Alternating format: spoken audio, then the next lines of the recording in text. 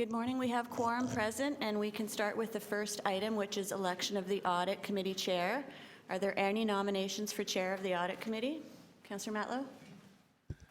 I'm very happy to nominate Councillor Stephen Holyday. Thank you. Councillor Holyday, would you accept the nomination? I do, and with great thanks, Councillor Matlow. Thank you. Are there any further nominations for Chair?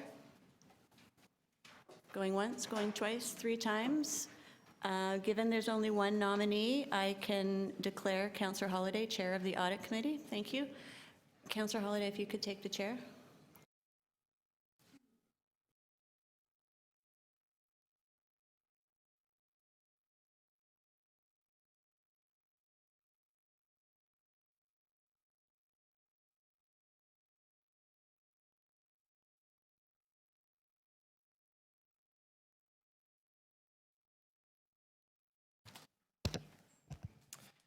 Good morning, everybody. Before we proceed, are there any declarations of interest?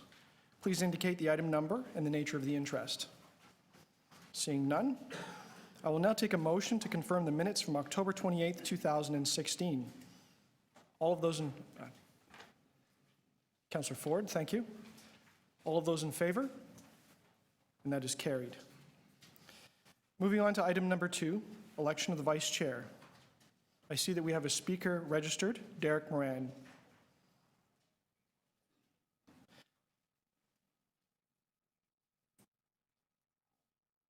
Welcome. You have 5 minutes. Well, this is awkward. I thought Councillor Lee was the chair of this board. I kind of had this initially tailored to speak to him, but so I have a deputation to make on this item. I was going to point out that, as Councillor Lee may remember, he's not here though, I brought this subject up a while back at the Toronto Police Services Board. The word deputation is used here at City Hall. It turns out, though, that, just so you all know, there's actually no legal definition for deputation, so I just want to explain what that really means. Because when it comes to legal jurisdictions, only the legal definition applies. So the definition for deputation then in the Canadian Oxford Dictionary says, a group of people appointed to represent others, usually for a specific purpose, a delegation. So barring any objections, this is the definition we'll use here at City Hall. I appoint the members of the Audit Committee here at the City of Toronto to act as the trustees for me in this matter, with instructions to make as Vice Chair of the Audit Committee here the Libertarian councillor the City of Toronto has here, and the councillor from my area. I don't refer to it as a ward. That's a term that's rather insidious. I don't think people really know what that means. But to make the councillor from my area, Councillor Kristen Carmichael Greb, that I nominate to be the Vice Chair here of the Audit Committee. I direct you all to do this, and I demand that you all do this. Also, God bless Queen Elizabeth Windsor, and long live Queen Elizabeth Windsor. And here are my reasons why I want her to be the Vice Chair. Just so everyone knows, I make trust law memes of Donovan Waters from his Law of Trust in Canada text. On all essential matters, the trustee is to be directed. In Reload 1925, the words "I direct," without any restricting context, were held to be as imperative as any words could be. So I'd like her to be the Vice Chair of this committee because, barring any objections, of course, I think that she's the only City of Toronto councillor that understands what security, mentioned in Section 7 of the Constitution, where it says everyone has the right to life, liberty, and security of the person, and the right not to be deprived thereof, actually means. What it doesn't mean is safety. If anyone thinks it does, then by all means feel free to show me where it says that in the Federal Interpretation Act.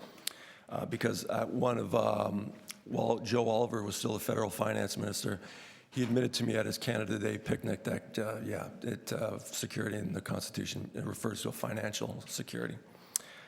So because she knows this, and there's a good definition if anyone wants to check for it, is Section 60 in the Federal Administration Act for what security is.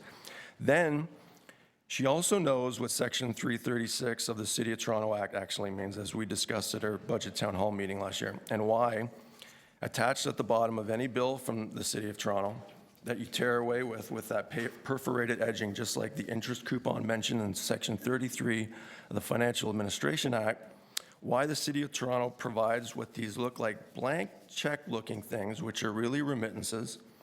This code here, 96, indicates on the Canadian Payments Association's website that it is a remittance, and goes on further to explain that this is not a debit item, but it's rather a credit item. And as I discussed with Josie Levita at Councillor Matlow's budget town hall meeting 2 years ago, she admitted to me that yes, this is a credit item, but it is a credit item for the benefit of the City of Toronto. We're just basically supposed to take this interest coupon and assign it back to the City of Toronto because, yeah, ultimately the City of Toronto does have to get paid for the services they provide. And I don't know how often she reads my emails, but, and we also had this discussion at Councillor Matlow's budget town hall meeting. There's actually no law with a valid application that says, he's grinning right now, that says anyone has to pay property taxes. It's the darndest thing. And Councillor Matlow, to his credit, admitted to me that, yeah, you know what? I've never actually seen that law for myself.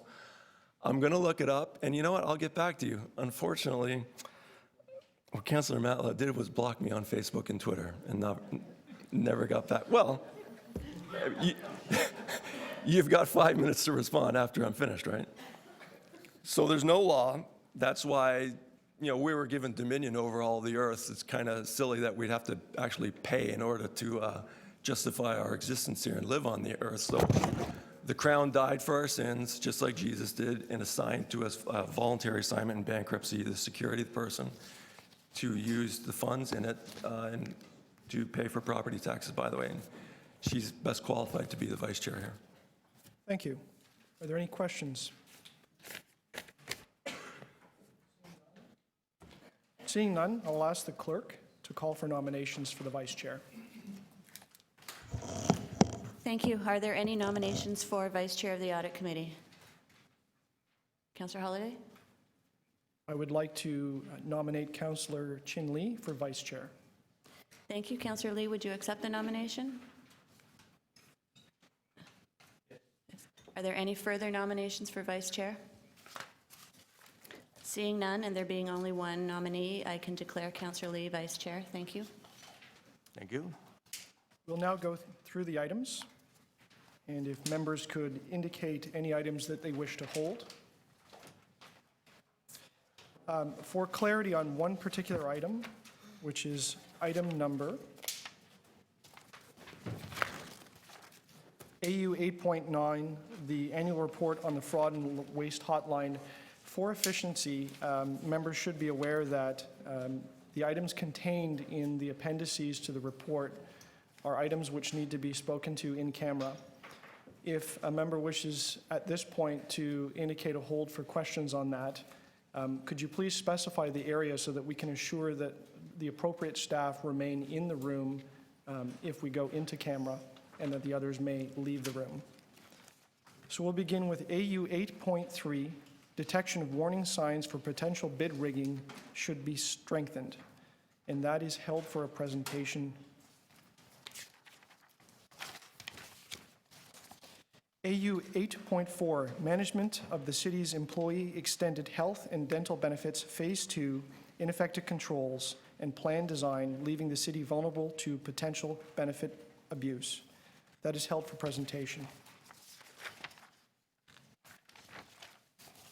AU 8.5, audit of water billing and collections, phase 2, water billing and water meter management controls require strengthening. Does anyone wish to hold this for questions? Yeah, would anyone? So that's Councillor Lee.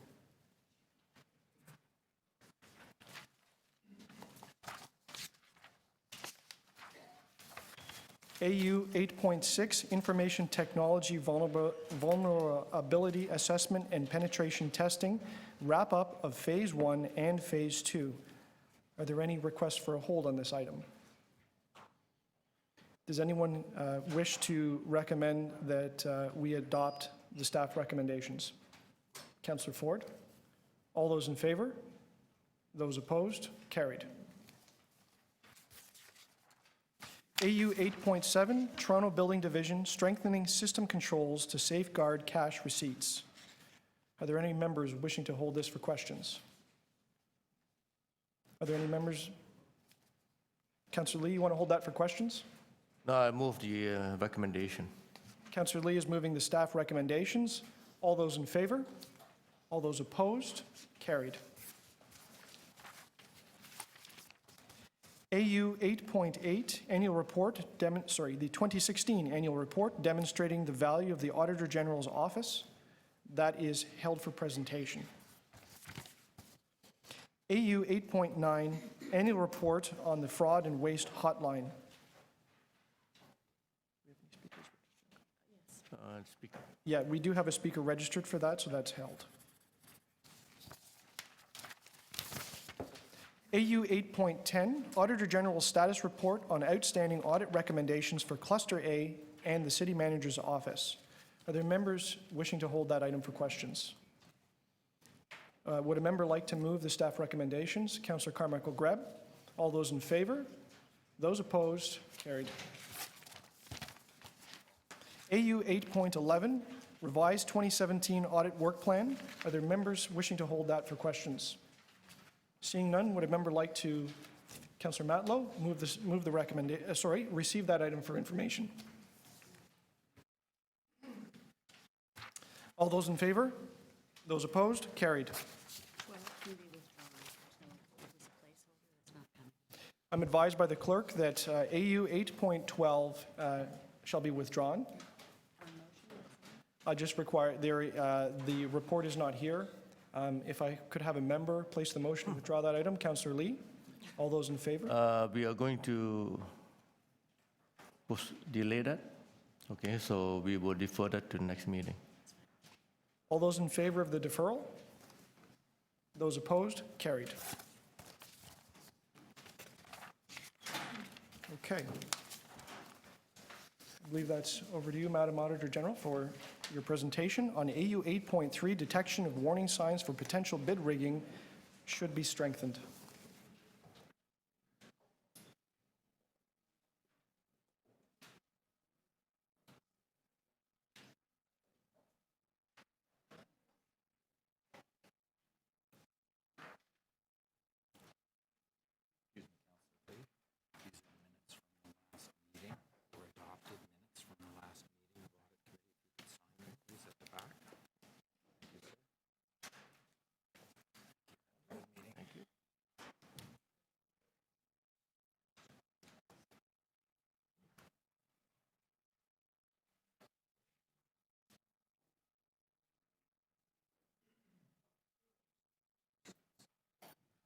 Good morning. Thank you for having me. My name is Beverly Romeo Beeler, and I'm the city's Auditor General. This project was conducted by myself, Richir Patel, and Thusha Ajrani. She's not here today. She is a student who is working with us on this project. So we conducted an audit in the Transportation Division around paving, and this audit started back, it was actually on my first audit plan, and we started it around March of 2015. And by the time we got to November of 2015, I knew there were some serious concerns, and so I involved the city manager, and he's been involved and informed the entire way. And I'm going to walk through how I got to November 2015, and then what went on after that. And the city manager has put a lot of things in place to make sure, a lot of controls in place to make sure the area is transformed. But I think it's educational for the committee to understand how we got here. First of all, why it matters. This matters because the City of Toronto awards over $1 billion annually for construction contracts. And Transportation Division procures around $100 million a year in transportation contracts. So that would be what they call the shave and pave, which is the grind and then paving. It would be utility cuts, road maintenance, where you're maintaining the road. So I call it paving in general. And Competitive procurement saves a lot of costs. They say if the procurement is not competitive, it can be up to 30% more. I would estimate between 15 and 30. So we found it really challenging to quantify the impact, but I would say if the procurement is not competitive, it could be high. It's not only the cost savings for the City of Toronto. We have many contractors who want to compete fairly, and Toronto is committed to fair procurement. The city, since Bellamy, has been committed to fair procurement. So this is important not only from a savings perspective, but to businesses across the city. Our objectives were to verify if there were effective controls in place to ensure a fair and competitive tendering process, and to ensure the city received the best value for money. And taking a step back, when we started this project, we were actually going to do tendering, monitoring that the work was done correctly, the quality, all of that. And actually, we got to the first part, and it was very broken and needed to be fixed, so we spent all of our time there. So there's other pieces to follow on from this as we move forward. So my role, I'm just going to back, my role here is I'm essentially a light that shines, really makes sure there's transparency. I make sure that you know what's happening on the ground, and then management implements the changes, and then it's the City Council who holds management to account. So the scope of our work, I divided it into 2 reports, and you'll understand a little bit later, but the first one was on unbalanced bidding and improving the tendering process, and that covered 2 areas. It covered road resurfacing and utility cuts. And then this report relates to the detecting warning signs, and we focused in the area of road resurfacing. We have done some work in utility cuts. We will be expanding to engineering. But in this kind of work, it's paramount that you look at it, the same kind of work together. And then you can analyze things in a better way. So it's not by coincidence we're looking into one area. It's because that's the way that you need to look at the information and the data. So this is what we're talking about in a picture. A picture is always worth 1,000 words. So this is when they grind off the road and they pave it. And this is probably, the reason I chose this was not because it was the most amount of money. It was because it was the most homogeneous of the work. And therefore, I thought this would be the area that would be the easiest for me to get a better understanding of how the city works in this area. It was one of my first projects, and how the transportation division worked across each of the divisions. So I have findings in 4 categories. I looked at, and I have findings in relation to the contractor information not being analyzed properly and overspending, to make sure that there's no overspending. There's findings that I discussed in June and I think are relevant here because this was originally going to be one report, and it relates to performing quality estimates on the ground. So when a supervisor or an inspector measures a road, it's critical to the success of the city and the contract that those estimates are accurate. And I want to talk about inflated prices from the contractors. And I want to talk about being alert and monitoring and making sure the controls are in place for monitoring for bid rigging. I had some issues there. And then the importance of conflicts of interests and potential conflicts of interests and managing them in an effective framework. So when I started my work, this is what I found. I didn't find one city managing centrally. I found 4 individual districts, very, very differently set up. And everything that I tried to get from the get-go was very challenging. For example, the contracts were stored in each of the districts. We had to literally get a van, go to each of the warehouses, load up contracts, bring them back, organize and sort, scan in bid information. Some of it was in PMMD, which is our purchasing section. Some of it was in each of the districts, try to find original documents, load that up, and then we started to look at the information and the line items, because in order to compare, you have to compare like things. So one district would have 70 line items to do a paving of a road, and one district would have 40 line items. And they would not only differ in description between districts, but within the districts year over year, the line item description would change. So we had to take 5 years of data, hundreds of contracts, every single bidder on a contract, take every single line item, harmonize the line items across the city to draw a picture of what was actually happening with the paving contracts. It's quite a lot of work. So this slide is really about, I'm not going to go through it in detail, but I just wanted to show you what we started with, even having a sequential list of contracts. So when you start to look at an area as an auditor, you want to make sure you have completeness. So you make sure you have to find a way to verify that you have every contract or every invoice, and usually they're sequentially numbered. Well, the numbers differed in the districts, and I think this is a hangover from potentially amalgamation. I mean, we came together and roads still had to be paved, and we continued to do the work. But as a city, it's like grabbing a tube of toothpaste, and some has come out at the end, but we've never really gone back and made sure the efficiencies across the city have really come out of that coming together.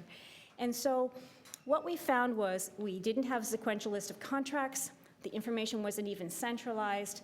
There was no pricing analysis. I even saw a pricing sheet of an engineering estimate where a contractor's prior price list for one contract became his estimate of what the prices were. And really, we have good staff here in the City of Toronto, and it's really hard from the get-go to work without information. The price of asphalt, we should know that, and we should know when it's going up and down, and neighboring districts, that's important information. So there's an information gap, for sure.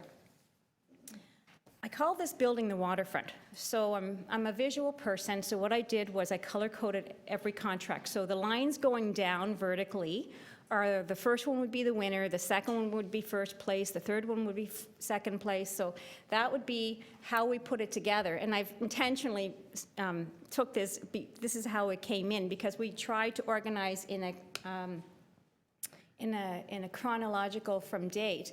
And this is some of the things we saw. But you take that and you keep distilling it down, and you think about how the districts operate. And then from there, you pull out the information as you start to analyze. So we decided out of all of this would be utility cuts, and this would be various contractors and some road maintenance. So we decided to sift out and just pull out the road resurfacing, which was the picture I showed you, the grinding of the road. And then for each of these colors, what we did was we then took the pricing for each of the line items, and we came up with a pricing database for the entire set of contracts. And what we found were some inflated prices for sure. Now, submitting inflated prices on a bid is not illegal. It's, unbalanced bidding is not illegal. It's a chance to take advantage of a situation when the estimates are not accurate. But when you look at something like this, which is a contractor who, and I picked this contractor, there's other contractors in other kinds of work, but in this particular case, it was the same district, it was the same closing date, it was a similar scope, and they were side by side essentially. And you have prices for the grinding, which is also called cold milling, or the shaving as I call it. You see that it's like $47 compared to $5. Now, the other competitors are around $5. $51 compared to $4, $60 compared to $30. So on this bid, contractor A won tender 1. And what would happen would be those items would be used more, and then the items that were not priced as high would be used less. So what happens is you actually eat up the budget, and you eat up the contract dollars more quickly. So you think, well, what happens to the rest of the work? Because you receive a contract and you receive a budget based on a certain amount of work, and then if they're unbalancing the bid by a lot of money, the money is eaten up, the contract dollars are eaten up. So streets have to be dropped. A little bit of work doesn't get done. Very hard and very challenging to look. So I went forward to look for the reconciliation between here's the money that was given for the budget, here's the contract that you let for these streets and to do this kind of work. Show me what work was done. We don't have that in the city. We do have it now. The city manager's putting it in now. So that was essentially what we were looking at. So we did know that, so there was an opportunity for people to take advantage of these inflated prices. This is a street that has cracks. Now, I've selected this as an example. It's crack repair. Now, you have a couple of options based on this, a street like this. You can grind it and pave it to do a road resurfacing, or you can take every one of those cracks and try to fill it. So when we looked at some contracts, and I'll go to the next slide, what we saw was, if you look at the first column, we would see, this is for crack repair, and we saw 1,000 staff estimating it would be 1,000 meters of crack repair, and it would be 13,000. And then another contract, they'd say 3,500, and it'd be 19,000. And another one, 100 meters, and 7,300. Now, this is for mainly one district, but there's other districts involved. But there was a district, and they didn't have round numbers for their quantity. They had 7,263.5. And then there wasn't unbalanced bidding. So it's not completely across the city. It can be done. And I looked at that, that district as a bit of a role model. But when you look at the end and you see on one line item for the crack repair, we're over by 400,000. And for that contract alone, which is a contract for about 3.9 million, we're over by almost $1 million on that one contract. Now, you won't see it going over the contract price, because what happens is we eat up the contract and drop the streets. So for a flag, I wouldn't see it in the budget. I wouldn't see the contract running over. What I would see would be more work being done in certain high-priced areas and some work not being done. And so it was really under the radar. So management, what happened in this particular case is when we became aware of it, I informed Peter. Really, I gave him a report, the city manager, I gave him a report in February of last year with the tools. Actually, I'm going to back that up. In November of 2015, we provided the tools. So for the new contract, for the 2016 contracting cycle, what we did was we made sure management had the information and the tools they needed to, as best they can, get ahead of it, and they grabbed onto it, and they're working through that. So he'll speak more about that. But if you look at the inadequate estimate, and then you look at the balance. Now, and I'm going to reference Charbonneau from the perspective of a lessons learned. You know, and I'm going to say at this point very clearly, I have not seen a situation where we have elected officials or anything involved like that. So just like, you know, it's important to be really aware of that. But one of the things I did see are some things that I see here in relation to not having proper estimates is central to opening the door for things to occur that shouldn't occur. So get the estimate right, and we're on the right track. So the next slide. One of the things on this slide, you could see just by the line items, you say, well, one line item, anybody can make a mistake. I thought that was true. So I decided to pick a contract. Now, this contract was every year estimating the same amount. Every year, the quantity going over by like 1,000% or something is quite high. And the price of the winning bidder was always double what we had at the city, what our city price was. And the price of the the other bidders were like $13. So you see how much we were going over here. And so this was why I brought this here today. This caused me a level of concern when I saw not only that did we not have the estimates accurate, but we were doing it year over year. And so that is either an untrained person or, you know, there could have been something else. And so I stopped there and I thought, okay, let me run the data in the market. This just shows, again, some of the overpayments that we did. So then I took all of the data that I saw in the market, and I wanted to understand if there were issues. And at that point in time, bottom line here is that the controls weren't in place. And I'm going to go over a couple of examples here, and the controls for being aware of red flags. Now, to be clear, because you have a red flag does not mean that there's bid rigging going on. But you need to be vigilant. This is a wake-up call. This is hopefully before anything, I haven't finished all my work, but this, if we can get on top of this kind of, these things, I'm sure that we will be put in good stead. You can't ignore it, and so what I decided to do was look at each of the markets, and I'm going to go through A, which is market domination, B, market division, C, cover bids and coordinated bids, and B, subcontracting, and D, subcontracting. Now, one of the areas, if the same company is winning, you have to pay attention. But if companies are winning and if they're not winning and they're submitting unsuccessful bids, it's important. In this case, we have, for example, Company A, who's winning 63% of the time in road resurfacing. Now, road resurfacing, remember, is the most easy part of the paving. Many people who are in this business can resurface a road. We have a company in Toronto, every time, it's not 63%, I'm sorry, that's of the number of times they bid, they won. When they bid, they won 63% of the time. There's a company C who bid 49 times and they won 3 times. Now this company is a very, very big company. And they bid 49 times and they won 3.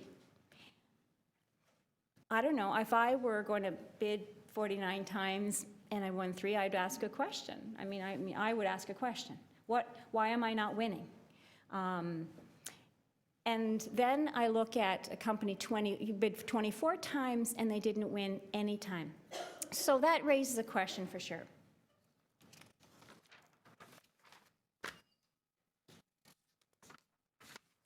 And then we looked at the districts.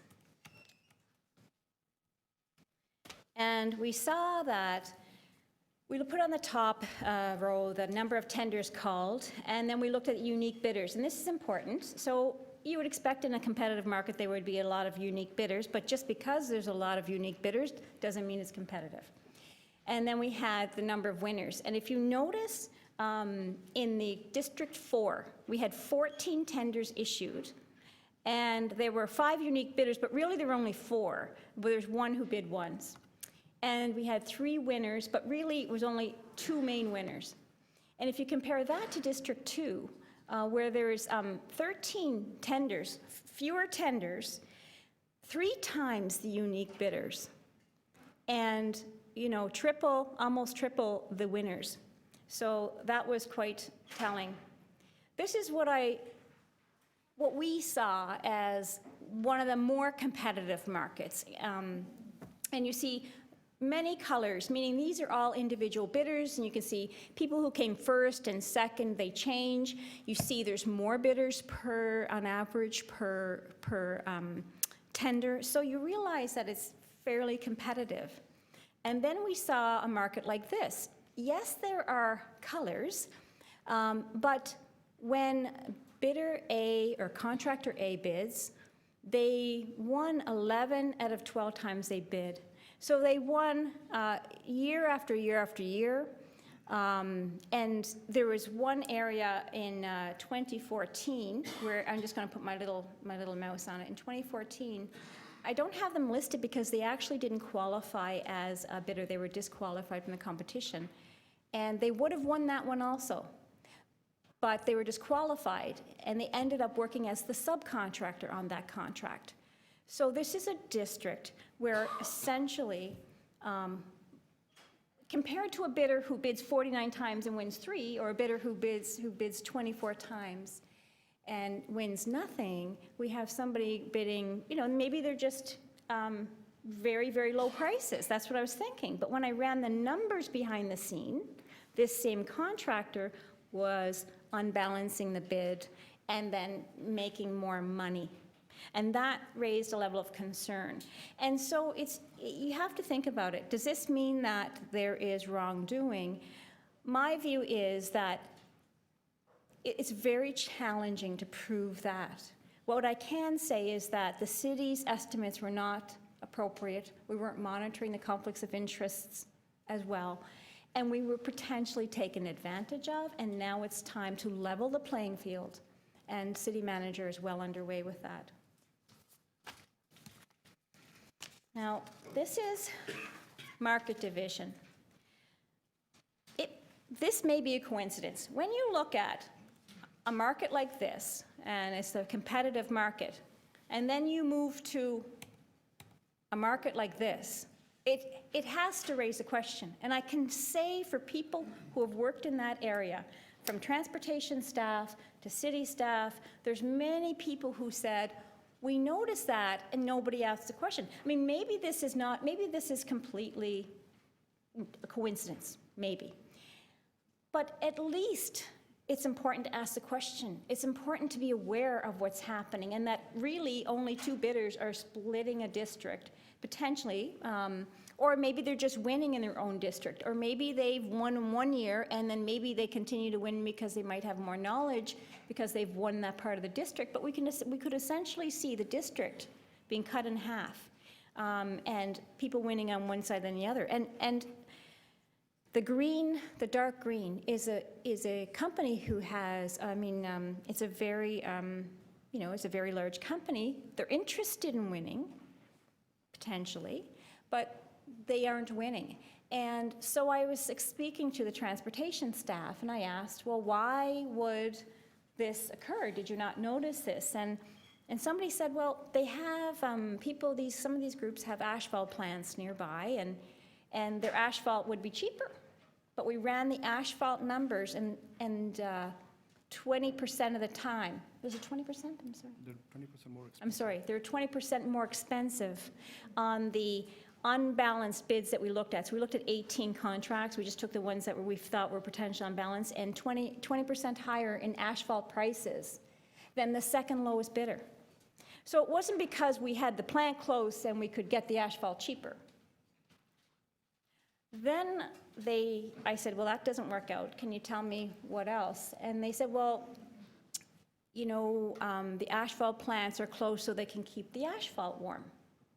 So I looked at, for example, the green bidder, and they have an asphalt plant very close, and they're not winning. And then I looked at another district, and the yellow bidder, the yellow contractor, had plants in that district also, or I'm sorry, just outside the district, like a few kilometers, and they never bid in the district where they had the plant close. So, or they bid only a few times, five times in 5 years, maybe once a year.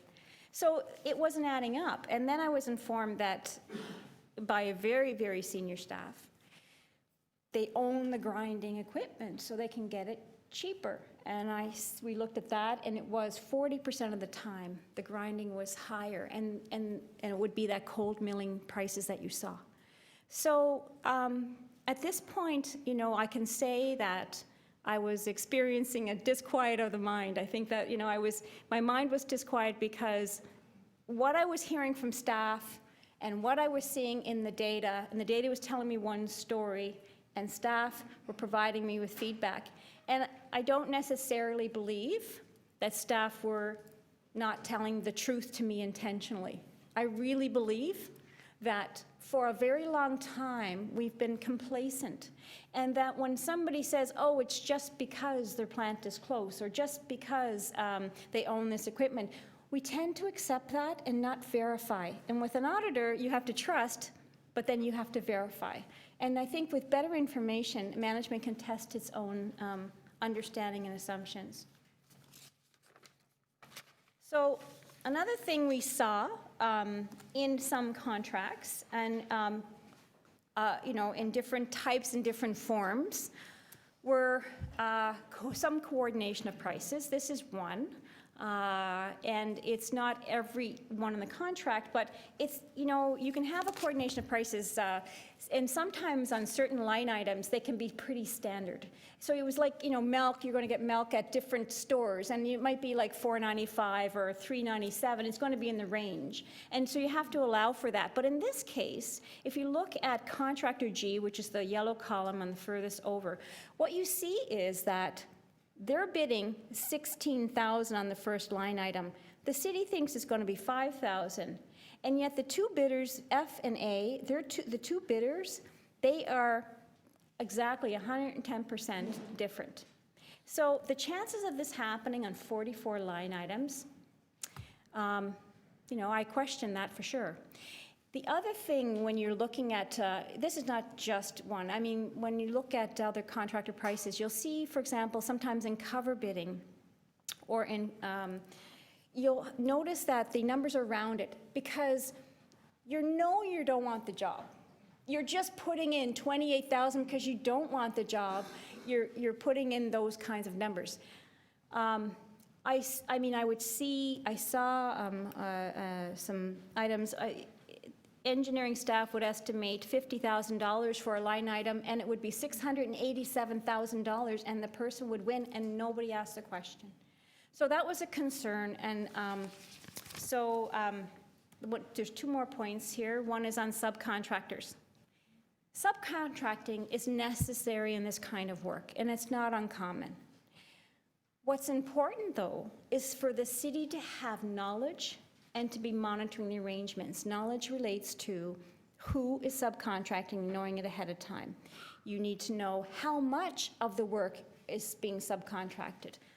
Even do we know how much percentage-wise, how much cost-wise, because it's important to understand, are there bidding partners or a consortium of sorts? Who's really getting the work? Who's controlling the work in the area? And I would see behind this, there's a lot of other information, maps and that kind of thing, where we see partners bidding together. And we would see on a contract, for example, the one that I referenced, contractor A bid on it.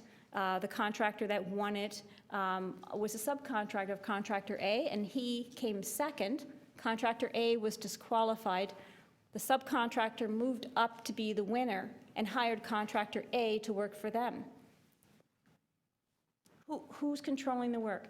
So this is an important area to monitor, and potential conflicts of interest. So in this kind of area, you are out working on the job, and you work with contractors very closely. Relationships develop over time. It's important to rotate staff because there may be conflicts that develop, potential closeness. There's relatives who work in the city, and sometimes they work with contractors, and it's not unusual and it's not wrong. But monitoring exactly what people are working on so that there is no conflict in a framework is very important.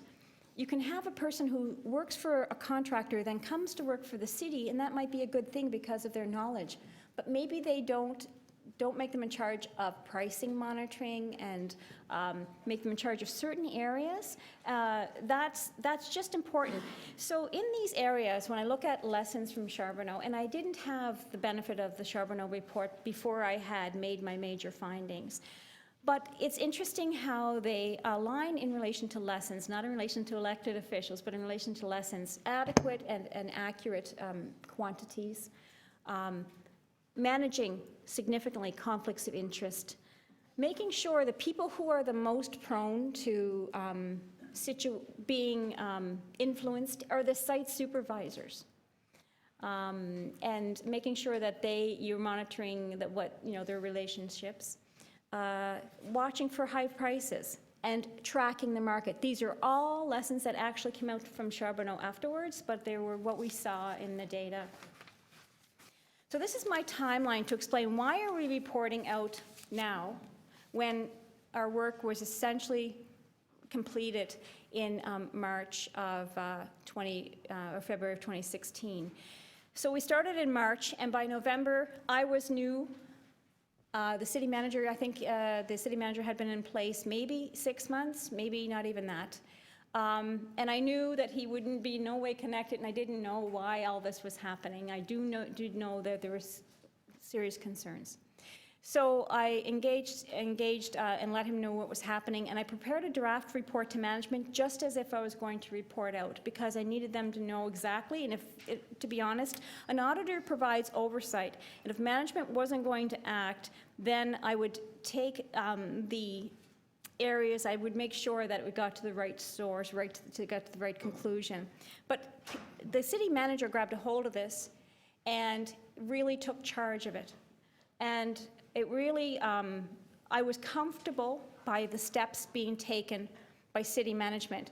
The city manager, the chief of engineering services, Michael DeAndrea, the new head of transportation, Barbara Gray, Michael Patchalock in purchasing and in legal. Everybody was on board, and I felt at that point in time, because there had to be other things had to happen. Just to be on an abundance of caution, although some of the people I had concerns about have left the city, I wanted to make sure that there was no other issues that I need to be concerned about.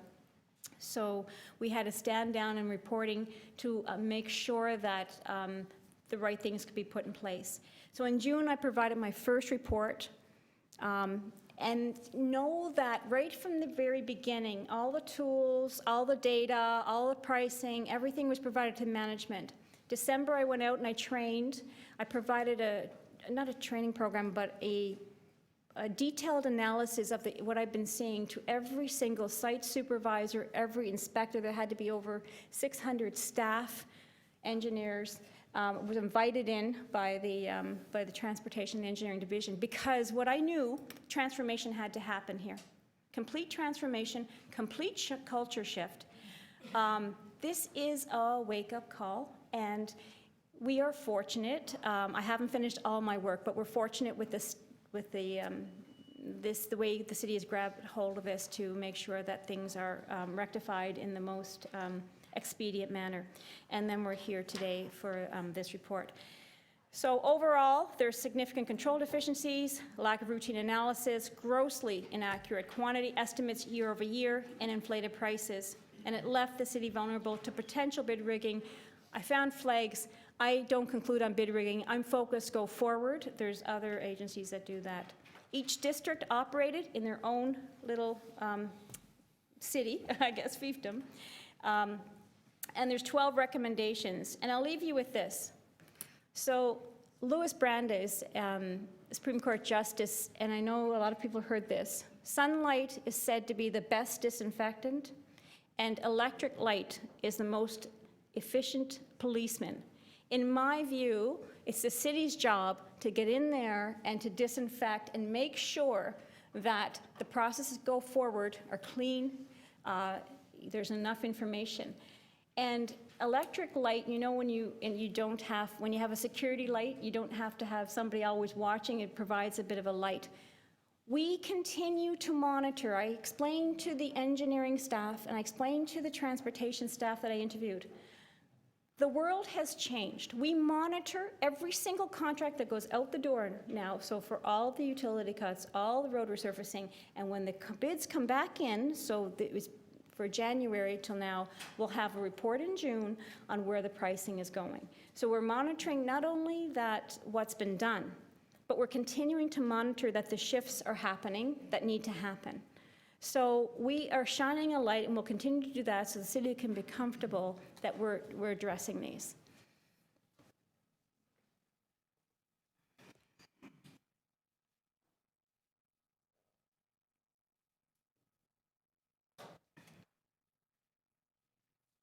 I think management actually has a response right now, and there's some slides, I believe, that, do you want to?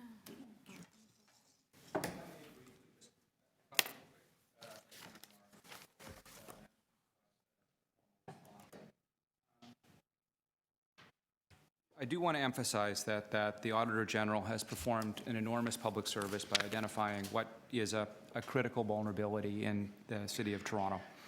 And she has, from my perspective, identified three kind of very basic things. A fundamental weakness in controls, and associated with that, a fundamental weakness in execution. This is not a point in time. This audit covers a 5-year period, and there's no reason at all to believe that this is not an extended pattern reaching past beyond that.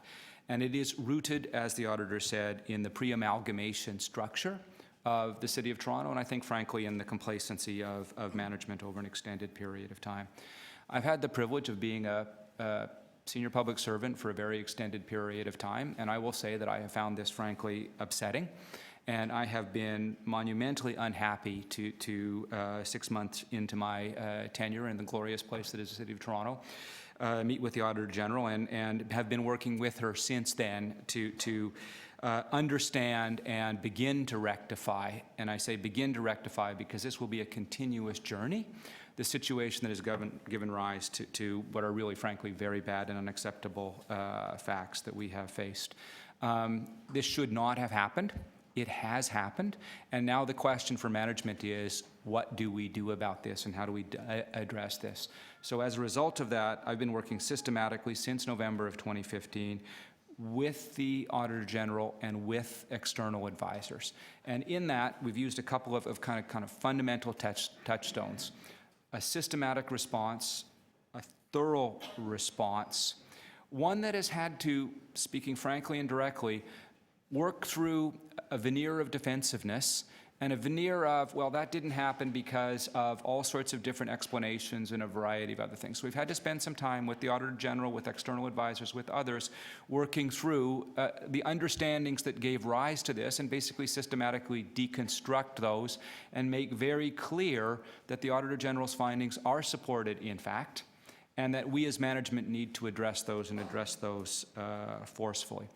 We've also, frankly, had to be very careful because we do not want to replace one set of risks with another set of risks. And we need to be very careful that while we have a loss of value, we don't replace that or overbalance that with a loss of value on another side. So we've been systematic, cautious, and very thorough through this period. We've undertaken some very basic remediation, and we'll bundle that in 3 different ways, and then Barbara and Michael will walk through that in a more detailed way as well. But the first is obviously, the auditor has made clear, and we were able to determine subsequently through initial looks, that there is at least the potential for wrongdoing. And that wrongdoing could involve external contractors and it could involve internal staff. So as a result of that, we have undertaken the appropriate reviews, both internal and external, in order to manage that appropriately. Secondly, there are a wide variety of procedural and process weaknesses identified within the AG report that we can address from procedural and mechanical changes. And that's fundamentally the focus of the presentation you'll have in a few minutes. And that's basically correcting what's wrong. We have the advantage of being able to build on some things that are right. The Auditor General did note that some districts did not exhibit these patterns. So we know that this is not a universal problem. We know it's rooted in pre-amalgamation structure. We know it's rooted in geography. We know it's rooted with the relationship with a smallish number of firms. So we are able to build on what's gone right. We are able to isolate what's gone wrong and work on that in a procedural way. And we have some momentum, fortunately, in terms of a revised Toronto Public Service bylaw, a purchasing bylaw, a variety of other things, some IT changes that are actually going our way and allow us to build on that. But fundamentally, there's a wide variety of procedural changes that we'll walk through that are essential to addressing the vulnerability and the risks that the Auditor General has most appropriately identified. That's not going to be enough because a process and a procedural response and an investigation response is good, but it's not good enough because this sends a signal about the broader organization. And we cannot sit here and have this dialogue with the Auditor General without understanding that this is a fundamental wake-up call to the City of Toronto. And we can't look at this only in paving and say, no, that's just that situation, that's it. We're going to have to look a little bit more broadly. And I think there are some really important signals here. one of which is we didn't find it. And part of the reason we didn't find it is because it actually looked pretty good from the outside at the most superficial level. The basic fraud measures of we weigh the materials and make sure that we're not being ripped off on the materials, the basic fraud detection measures of on time, on budget, were actually being met here. So the challenge is actually what we were doing wrong. And here's what we were doing wrong, among other things. We were prioritizing on time and on budget above everything else. We were not focused in on the value. We were focused in on only two criteria, time and budget. We were not sophisticated at all in our underlying management. We have not developed, in this particular instance for certain, the management expertise. We prioritized the wrong things, or the right things, but insufficiently understanding some of the others. Frankly, there's been a slavish devotion to the status quo here, where basically what we've been doing is replicating each year what we did the prior year. And management workers feel pretty comfortable because, hey, it was good enough for the past 15 years, or in this case, 5 years. It's good enough this year. And they begin to think it's normal. And it's normal that we have only a couple of bidders, and we have 4 bidders, and 2 of them bid and exchange contracts every once in a while, and 2 never win. Somehow that became a normal situation because our safe spot as a city is the status quo. And that's just not acceptable, and we need to kind of have that dialogue and work that through. So in a fundamental way, we're going to try and address this, not only through the systematic reorientation of our procedures so that we address the weaknesses identified and have a reverse bid analysis and all of those other things, but this is a need for cultural change. And that means education in conjunction with the Auditor General. It means centralization, and it means data, and it means rotating staff. It means the development of new tools, not just the ones we know about now, but new tools. It means in a fundamental way that our reliance on outside contractors needs to be tested from time to time. It means in a fundamental way that if we have things that are internally done exclusively, we need to test that externally. We need to have a market. We need to rely on that market. We need not to be naive about how that market may work if it is not functioning appropriately as a market. And in a deep and fundamental way, we have to recognize as an organization that the answer was, that's how we did it last year, or that's how it's worked in the past, cannot be the right answer. It cannot be the right answer. We need to change that. I do have confidence in the leadership of Barbara Gray, Michael Patchlock, and Mike DeAndrea. We have a broader team that's working on this. I've received superb support through this process from the Auditor General, from her team, and from our legal team under the leadership of Anna, Brian, and Wendy. From my perspective, as a senior public servant, bad things do happen. Bad things happen. They should not have lasted as long as they did, but bad things do happen. The challenge is, how do you minimize them? But ultimately, the challenge is, what do we do going forward?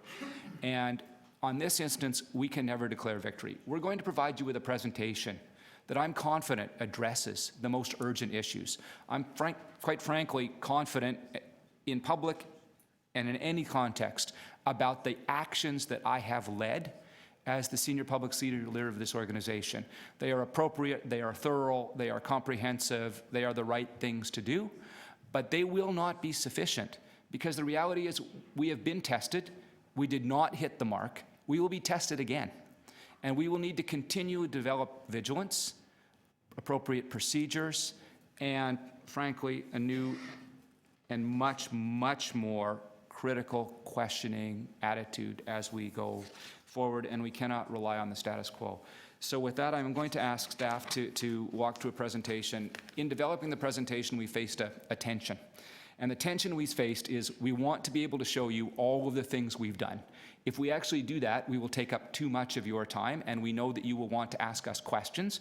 So Barbara, Michael, and supported by Mike DeAndrea and the broader team, will go through the presentation at a very high level. Please be aware that there's much more detail underneath this in terms of the individual steps and actions. Thank you. Thank you. And I just wanted to identify Barbara Gay as the General Manager of Transportation Services, and Michael Patchlock as the Director of Purchasing Materials and Management Division. Thank you. Thank you, and thank you, Peter. We have, as Peter said, a couple of slides that are just going to highlight some key points and examples and a lot more detail to back that up. I really do want to echo the city manager's appreciation for the work with the Auditor General, with her focus on building a culture of continuous improvement, and with some really tactical tools that we could use pretty immediately to start to make some corrective actions and improvements. I was briefed on this file as soon as I arrived to the city in December of 2016, including the issues resulting from historic and inconsistent practices across the districts, the lack of centralized documentation, the lack of standardized tools, templates, and methods for the staff to ensure they were getting accurate outcomes, and a culture that prioritized responsiveness over value for money. And I was very pleased, and appropriately so, to find that the team here already in place had been at work since the auditor's initial report in June to quickly respond to the issues raised in the audit. There was never a doubt that the serious nature of these findings warranted immediate assessment and action to ensure that procurement processes are fair, competitive, and achieve value for money. And so the management response really focused on three areas. One is safeguarding the public's interest through extensive investigation into our practices, policies, and actions of staff and management. The second is limiting risk through corrective actions. A few examples here, ensuring that the council's recently approved public service and purchasing bylaw provisions were mandated. Transferring, we talked about rotations, I'll talk a little bit more about that, but transferring the local roadway resurfacing program to engineering and construction services, we did that quickly in the very beginning of 2017. ECS has the centralized databases already in place to quickly deliver this program consistent with best practices, and they already use quantity estimates in the field for all of their practices. So we felt very confident that they could hit the ground running and deliver this program consistent with the way we want to see it moving forward. And then the last is just ensuring value for money by improving our practices and leading cultural change within the organization. So we did that through four things: oversight and accountability, training, rotation, and analysis. On the oversight and accountability measures, it's really about addressing the issue of 4 different districts operating independently. So harmonizing and implementing additional accountability measures was a critical thing to put in place quickly, especially related to estimating, tendering, and documentation. 2 examples, as the auditor said, getting the estimate right. So developing an engineering estimating methodology template, a consistent one, so that staff had the tools to develop these estimates accurately and consistently. And then putting in place revised signing authority for added oversight and financial controls. Now Transportation Services has consistent thresholds for sign-off that are the same as Toronto Water and ECS, which is very important.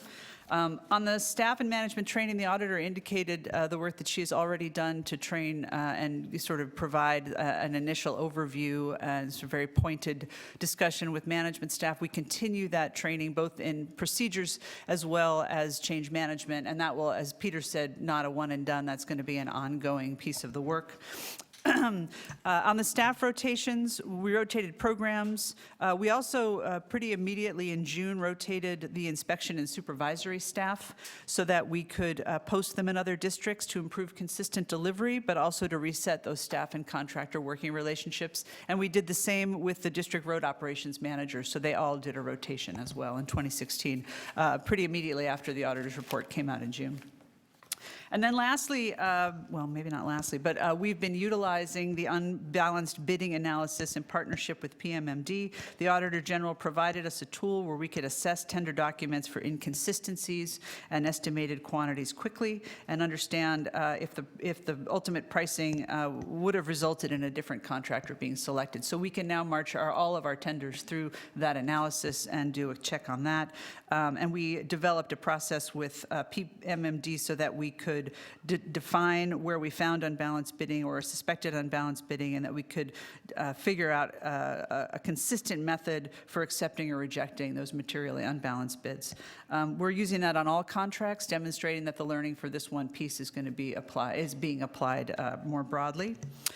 And then We did a reverse bid analysis in partnership with PMMD of the 2016 bids, and this is just a high-level review. There's a lot more detail behind it. We reviewed 83 contracts across all 4 districts with a total value of over $146 million. Of the 83, 10 warranted additional review. And what we found when we looked at the line items where the quantities were significantly different, that the reason for those quantity changes were justified. Sometimes it was emergency work, other times it was site conditions that could not have been anticipated. Sometimes it was weather issues that resulted in, for example, a lot more weeds growing that season because there was a lot more rain than was anticipated, and so there was more work that needed to be done. All in all, the total differential in cost for all of those 10 contracts was $586,000, or 0.4% of the total dollar amount. And so we reviewed that and deemed that those were sufficient, adequate, justified, and a very small fraction of the overall amount. And we continue to do that monitoring on all the contracts that we have. And the last piece I want to talk about before I hand it over to Michael is just on organizational change. I mean, I think we've heard, and we've talked, not at this committee, but in council before, about the organizational review that we're going to do with transportation services this year. I'm excited to embark on that work. We've already started looking not only at centralization, but how can we deliver our ambitious work program in a way that not only addresses continuous improvement, but delivering high-quality customer service and value for money. It's a very, very big work program, as you know. It's spread across a very large city. There's value in having people that are on the ground in districts, but we need to have practices and centralized controls in place to ensure that we're absolutely working towards continuous improvement and success on this issue. So I'm going to turn it over to Michael to talk more specifically about the PMMD actions. Thank you very much, Barbara. And I too want to echo the appreciation to the Auditor General and her staff for identifying these issues and working with us to take corrective actions. Prior to the Auditor General's first report, PMMD was already working on 3 large business transformations to help change and improve the procurement process for the entire organization.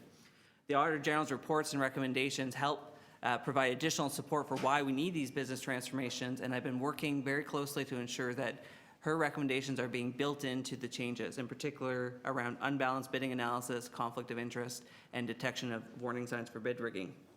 So the 3 business transformation projects revolve around our bylaw, the purchasing bylaw, the technology that purchasing is using, and then purchasing's organizational structure. With respect to the bylaw, Council adopted a new bylaw in July of 2016, which was enacted in January 1st, 2017. This now includes a supplier code of conduct. We felt it was quite appropriate to have a supplier code of conduct built into the bylaw because of the importance the suppliers have in the procurement process and in light of the recommendations the Auditor General was making and the Charbonneau Commission. So some of the highlights from the supplier code of conduct are that suppliers must be responding to our bids and honestly in good faith. They're not to collude and must disclose any affiliations with other suppliers that might give them an unfair advantage. For conflict of interest, they must declare any potential or actual conflict of interest, and with respect to any former city employees that have left the city within the last 2 years, they have to declare all of that regardless of whether a city employee took a package or not. Suppliers must also disclose whether they've been previously convicted of things like bid rigging, and we would automatically suspend them from being awarded a contract for up to 5 years if that happened. And of course, suppliers are prohibited from threatening or offering gifts to anyone in the procurement process or any member of council in an effort to influence the procurement process. As part of the supplier code of conduct, they now have to declare in every bid that they will abide by it, and if they fail to do so, that will be grounds for disqualifying the suppliers on that particular call. If they continue to do that, I now have the power to suspend them for up to 6 months, and if it's a particularly egregious violation, we'll take it to council for a longer suspension. We've also put into place the unbalanced bidding analysis procedure, as Barbara alluded to. We've been successfully using that for the 2016 tender transportation contracts, and we're now rolling that out to all the construction contracts and all other types of contracts in 2017. With respect to technology, this goes to the Auditor General's key recommendation regarding a need for a centralized database to track all construction contracts. We have an approved capital project called the Supply Chain Management Transformation Project on the books. It is going to implement a cloud-based solution called SAP Ariba. This will allow us to actually receive bids and proposals online versus the manual paper we get today. That will allow us to analyze bids and proposals much more quickly, identify unbalanced bidding right off the bat, and be able to have the database in place such that we can look over time at issues such as the warning signs for bid rigging, as the Auditor General has pointed out. We're moving into the implementation phase of SAP Ariba, and we hope to, the expectation is the first module, which will have this centralized database, will be in place by Q1 of 2018, with the rest of the functionality coming online during the rest of 2018. Finally, organizational change. PMMD is implementing category management and strategic sourcing, which was part of the 2017 operating budget approval. This will shift our organization from one that provides tactical procurement services to one that adds value-added strategic sourcing by leveraging more data analysis and category management. Category management is the process of managing important categories of goods and services that the city purchases, such as construction, strategically across the organization to lower total cost of ownership and reduce risk.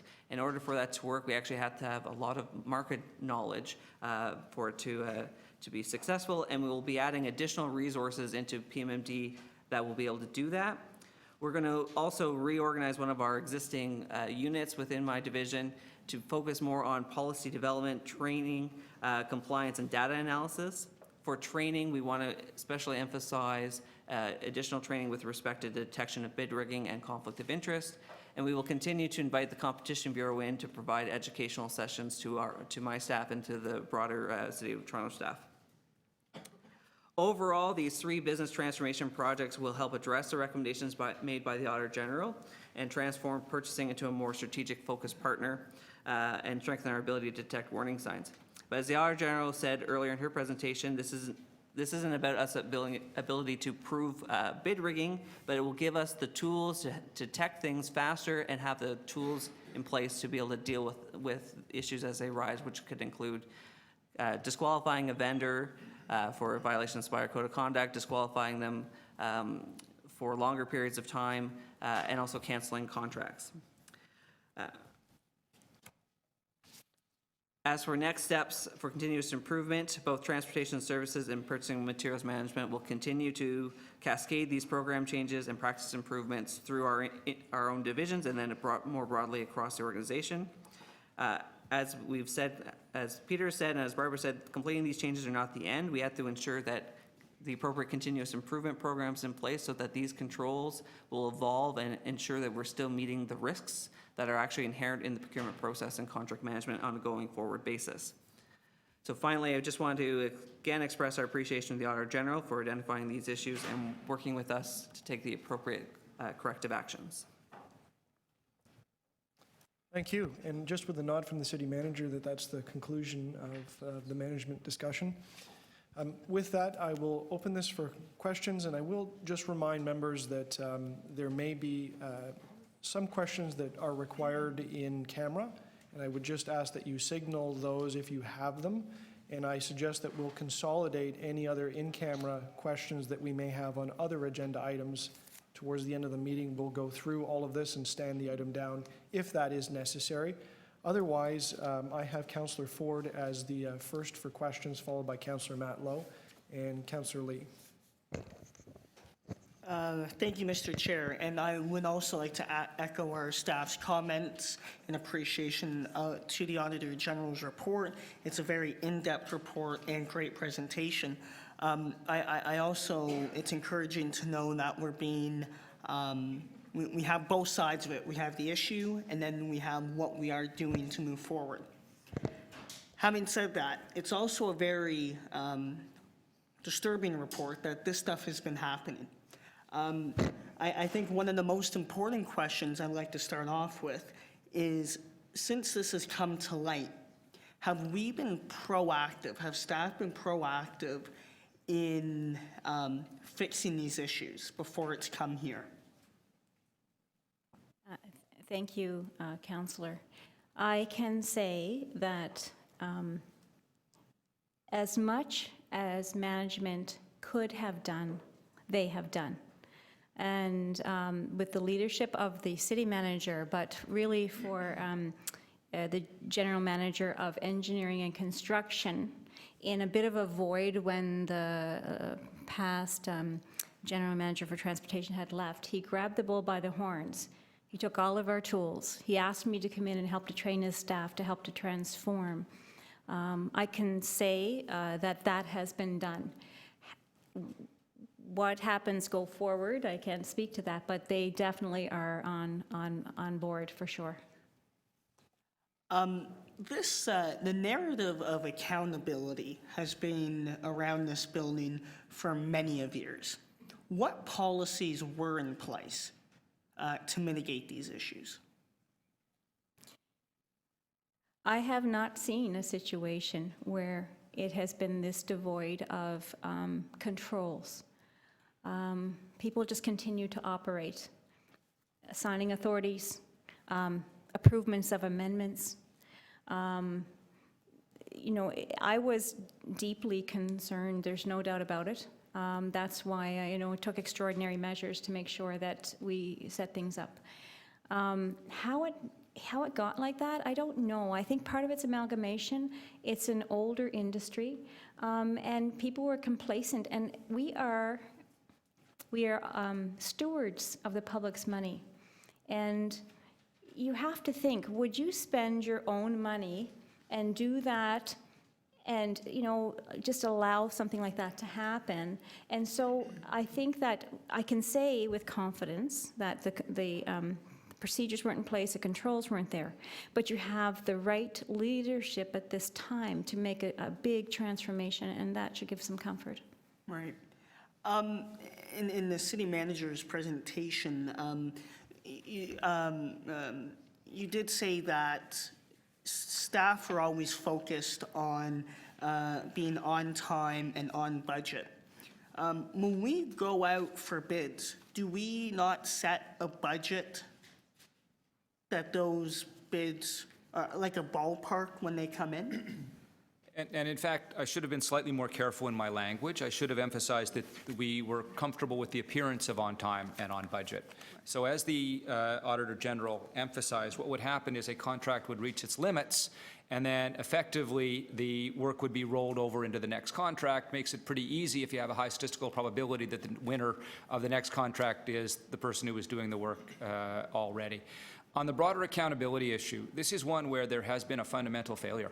This is one where the failure has existed, we know factually, back 5 years. There's no particular reason to believe it doesn't extend further back than that. And that is a fundamental problem. And the problem exists in terms of two aspects. In terms of the actions themselves, the loss of value, the potential loss of value, and the fact that it wasn't picked up over a period of time.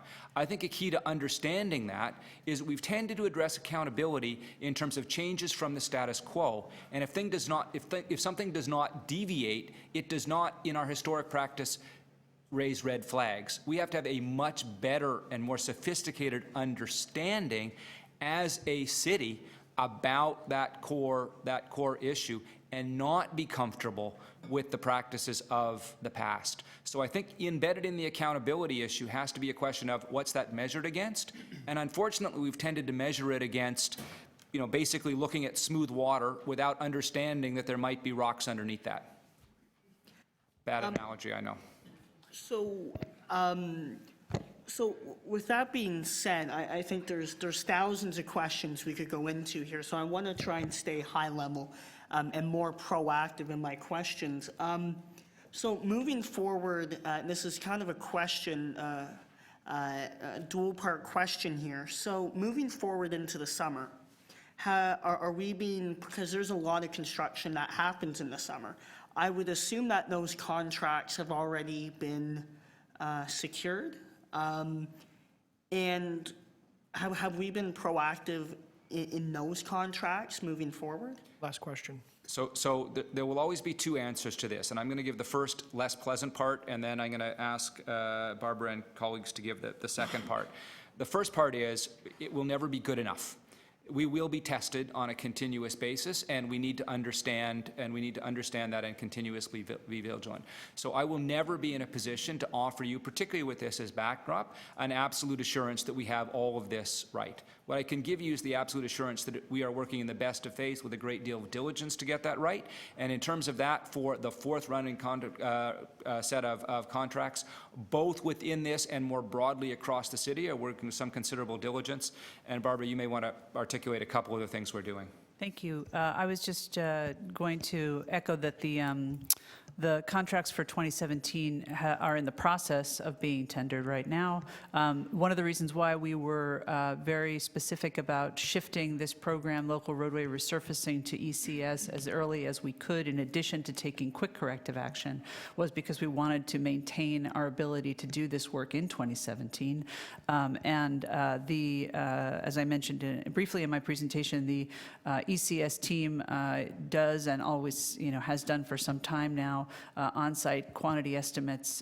They are centralized database management. They have all the tools in place. Many of the pieces the Transportation Services just does not have in place or did not have in place but is building now or are already extant. And so they were very well positioned to deliver this program consistently and to the level of quality and best practice that we need to be at, and not miss the 2017 construction season. Thank you. Councillor Matlow? May I just add something to that? Sorry, Chair. May I think also the city manager and staff, they are dealing with a very complex area. And it would not be unusual if now the city is changing the dance, that the dance on the contractor side, if there is that happening, that would change. And so it's the importance of continuing to disinfect with sunlight and continuing to shine a light, and that's why the dual roles are very important. So we will be monitoring as the shift happens, and the city will be monitoring as the shift happens. And everybody, they are doing what they can for sure now, and then we'll see what happens as the city moves forward. So, Councillor Matlow? Thank you, Mr. Chair. So I've heard from the city manager that there certainly is a combination of complacency over many years by management. Also, in slide 14 of the Auditor General's report, she suggested that, and I think I'm paraphrasing, but essentially it was either sort of incompetence or something else. And there's also a suggestion of insidious relationships between potentially some staff and vendors. With respect to accountability, what has been the full extent of, whether it be calling in the police, firings, not just 5-year suspensions, but complete bans on contractors who we already know have played loose with the rules or deliberately tried to scam us? What have we done to make sure that we amputate that kind of behavior from our realm, both internally and externally?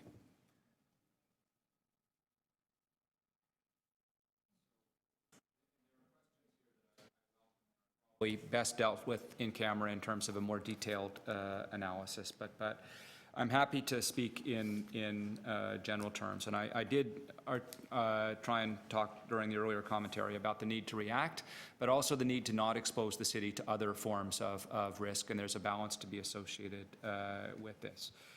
These events took place over a 5-year period, and in all likelihood, I've indicated at least potential for patterns before that.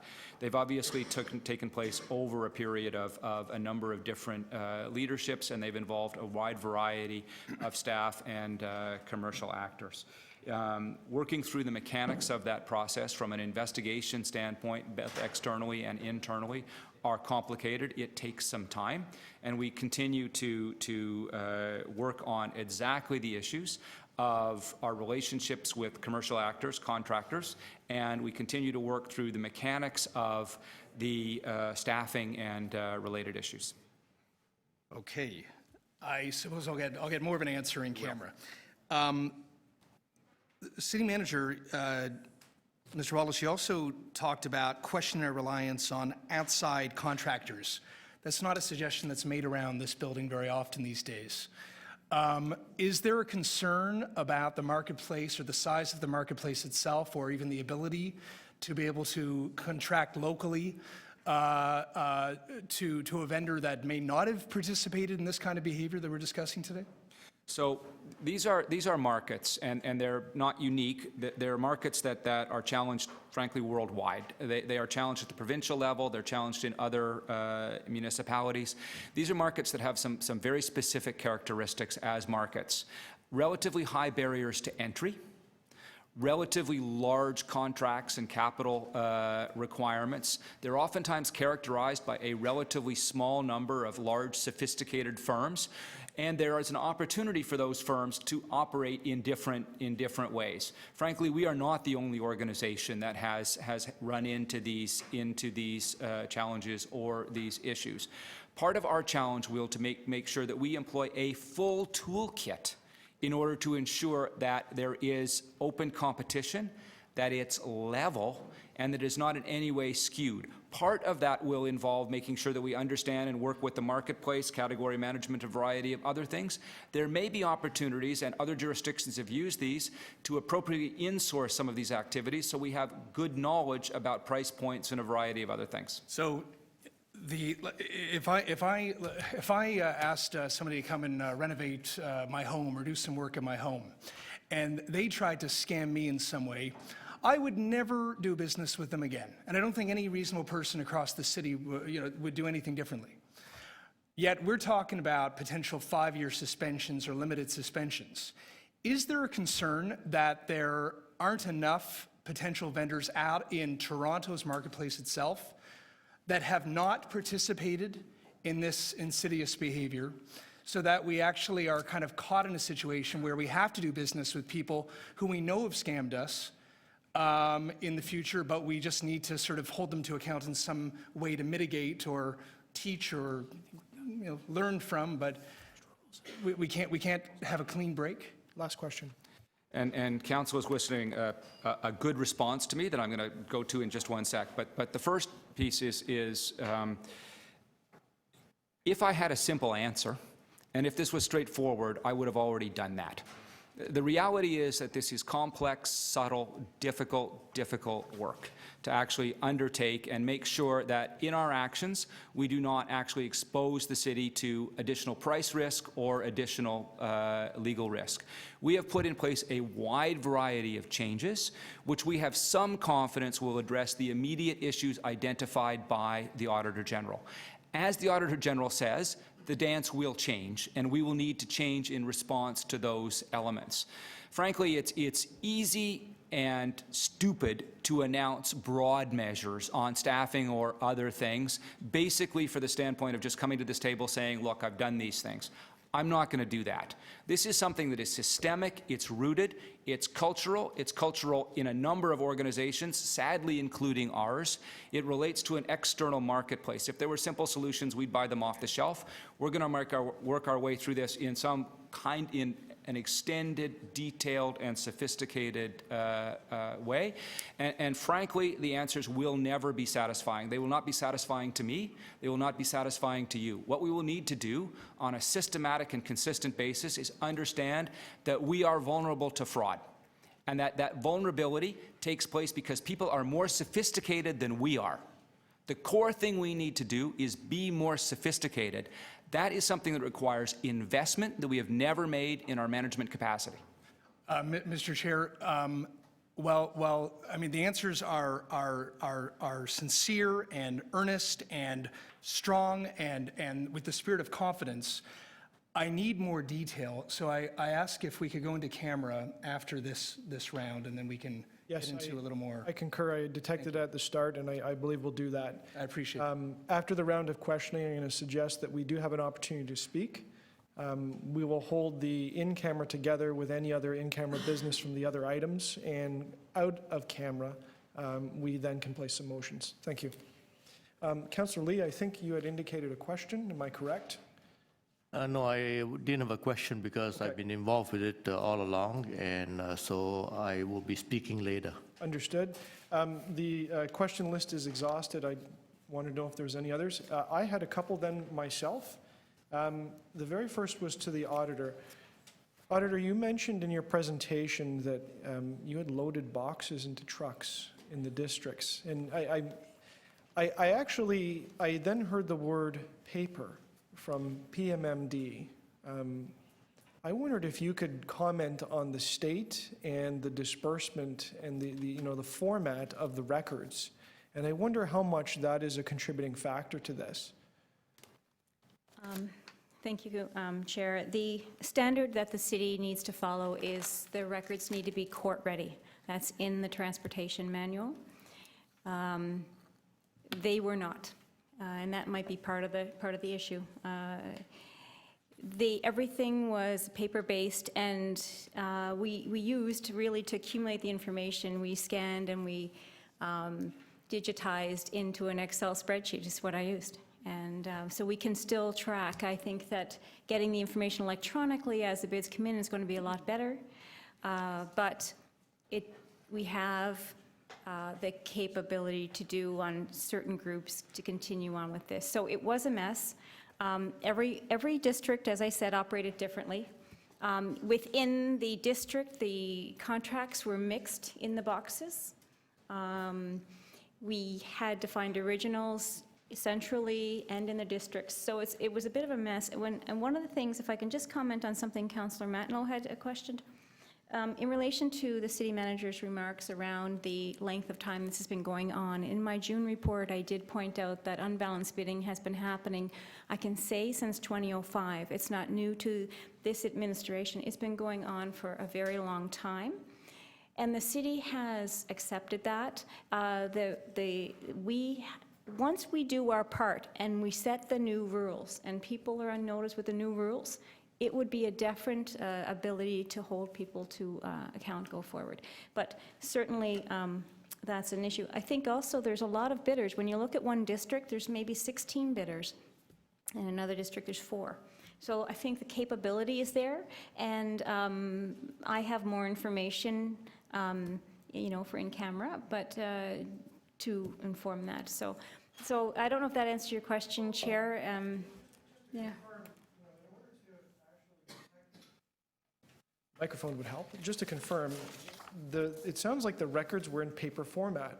I know PMMD has some centralized records, but these contracts and these documents, I guess you would literally have had the pieces of paper side by side in order to detect the patterns. Yes, we scanned in all bid sheets, digitized them, then we used that to analyze who was winning, by how much, contractor side by side, whose prices were similar on the same contract. So that's exactly what we did. And they were in different places in the city. It's not like they were in a file room. Correct. We drove all over the city to get the information. I didn't glean that from the report, but a light bulb just went on. Yeah, it was extensive, and I can tell you that by February, even though additional work had to go on, and even though as an auditor, you would do more in the level of investigation, I turned that over to the city in part because, as you know, up until that point, I was not funded a lot. I wasn't in a position to be able to ask for the funding.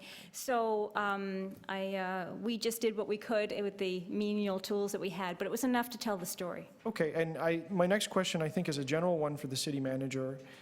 I recognize that change is happening centrally at PMMD, but I also recognize in reading this report that it's the subject matter experts in the program areas that use PMMD as a central service, where there's a lot of knowledge that is with those experts.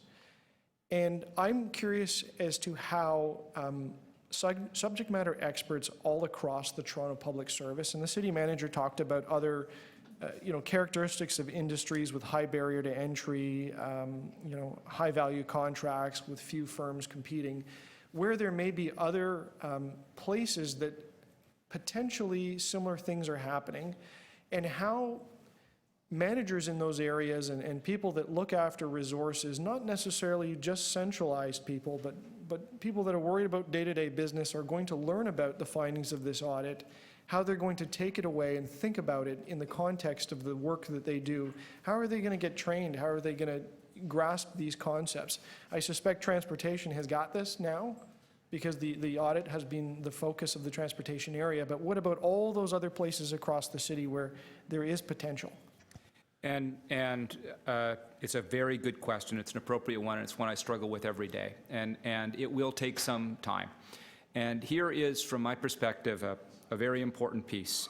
There are areas across the city where the basic information and IT and management structures are, I think, in very good shape. And I've had an opportunity to work with the Toronto Paramedic Service, and I think, frankly, that the ability to track, understand, work their way through detailed decision trees is first class. I think there are other areas that have not received that attention, have not received that management expertise, where records don't exist or records are scattered. So a really critical aspect here is the core information base, and that is a transformational project that is occurring at very different paces in very different areas of the city. And basically, as a city, though, we have tended to focus in on day-to-day work. We have not tended to focus in on transformational change. This leads me to a really important second point, which is, what do we think the jobs of folks are? And I think very often the jobs are what are considered to be, even at a fairly senior level, simply doing exactly what's in front of them, which is good but nowhere near good enough. And what we need to understand is that modern management requires a variety of changes in the way we deal with information, the way we deal with broader technology, the way we deal with citizen interface, the way we deal with outcomes. But the basic standard that was used over an extended period of time that allowed this to continue to happen was, well, did we pave the roads? Was it on time? Was it on budget? Or did it give that appearance? Check, check, check. We're done. Nobody looks underneath that. And frankly, we need to develop curious management. And that management needs to be curious on the basis of information. And frankly, there are areas in this city where that's going to be a long and painful journey. Thank you. With that, and there's no other questions, Councillor Lee, you had indicated a desire to speak. I think I'll speak after we come on the camera. Understood. Yeah. I see nods around the table. And after we deal with all the other items, and we need to go on the camera and do it with all the other items as well. Yeah. Very good. So what we'll do then is stand this item down, and we'll proceed to the next item, which is AU 8.4, Management of the City's Employee Extended Health and Dental Benefits, Phase 2, Ineffective Controls and Plan Design, leaving the city vulnerable to potential benefit abuse. And I understand there is a presentation from the Auditor General on this.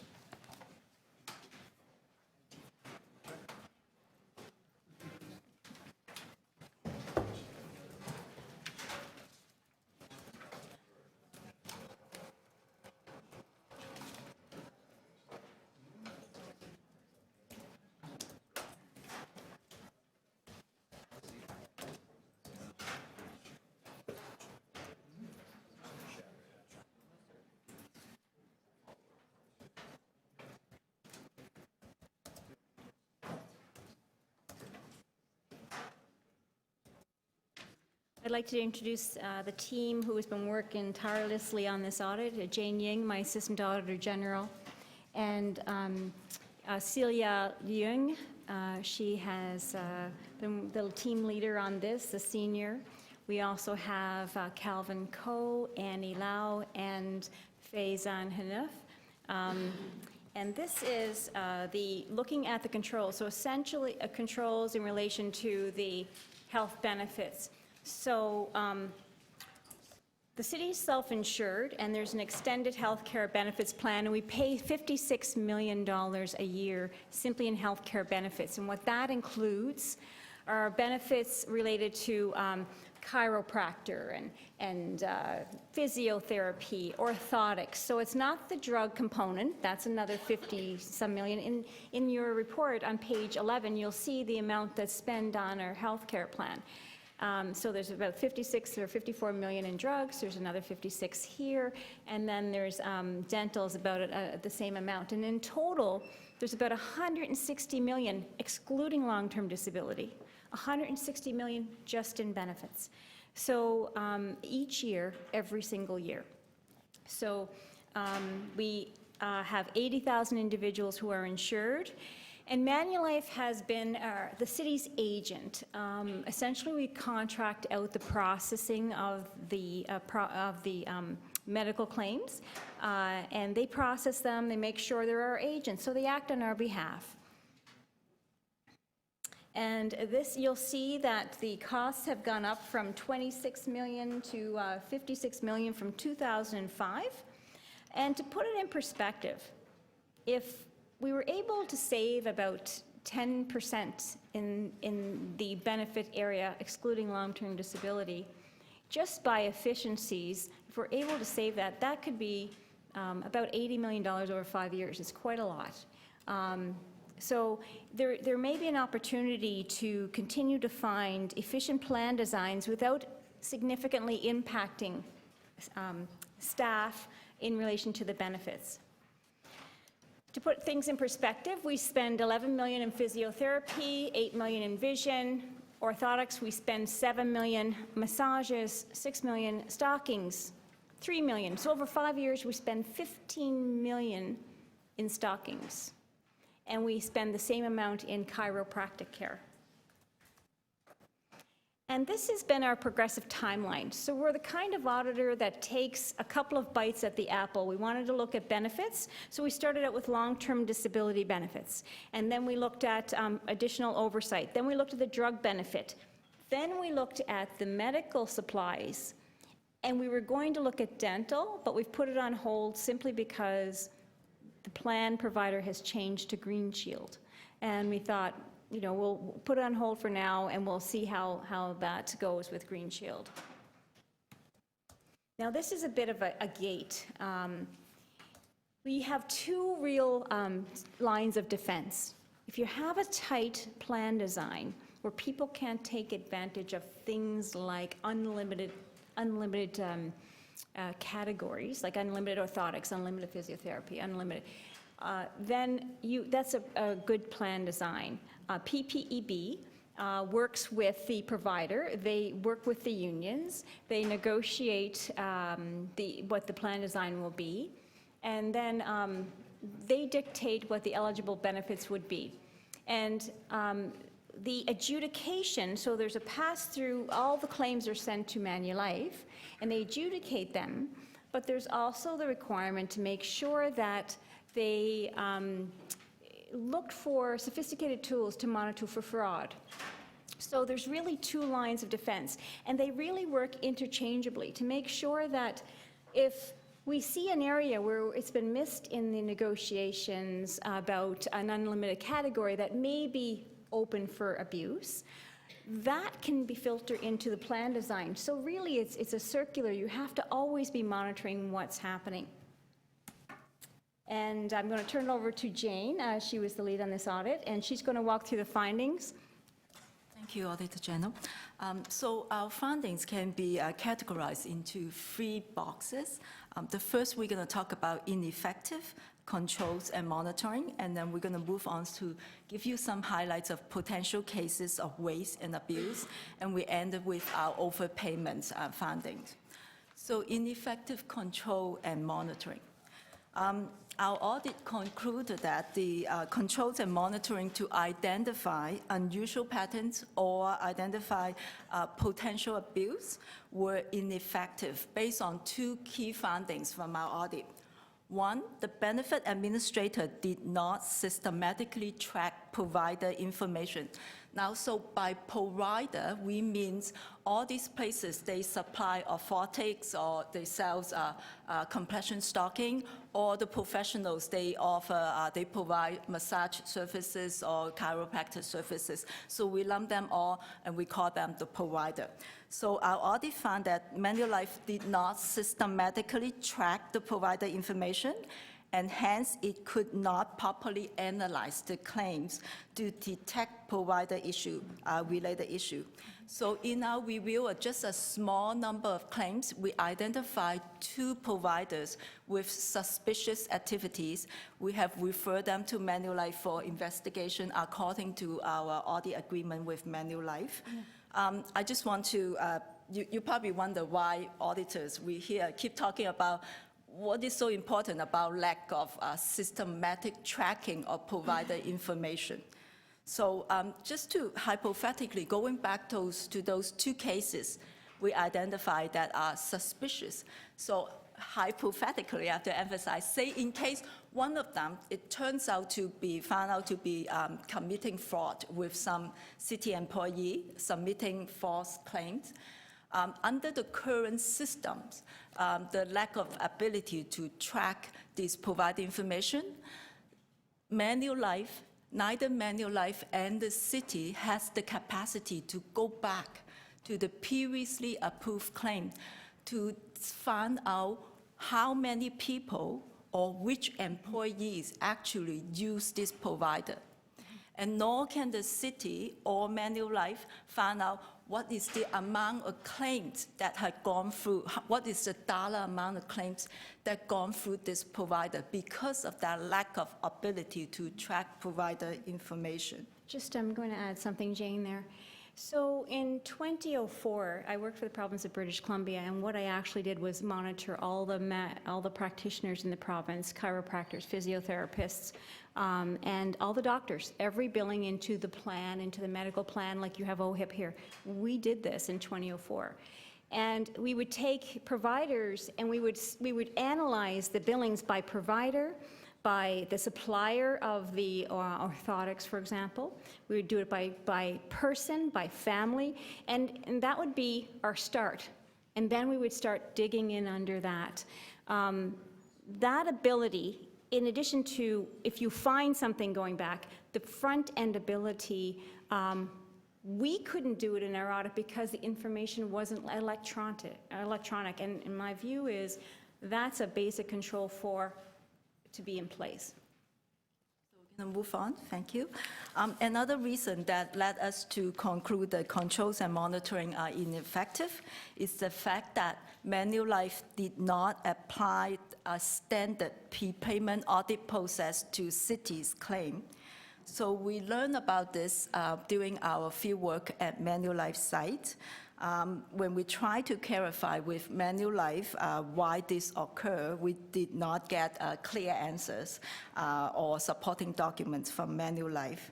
So according to Manulife published information, their standard prepayment audit process is important because it will ensure the questionable claims are not paid, and therefore the plan sponsor, in this case will be the city, is protected from incurring the expense. So this did not happen to city's claim since 2006. It's been going on for a long time. Okay. So by not applying the standard payment process to the city's claim, the city might be exposed to the risk of paying inappropriate or fraudulent claims for 10 years since 2006. So in other words, in the public information, well, what Manulife described was that they would do a pre-audit to make sure that I'm sure that the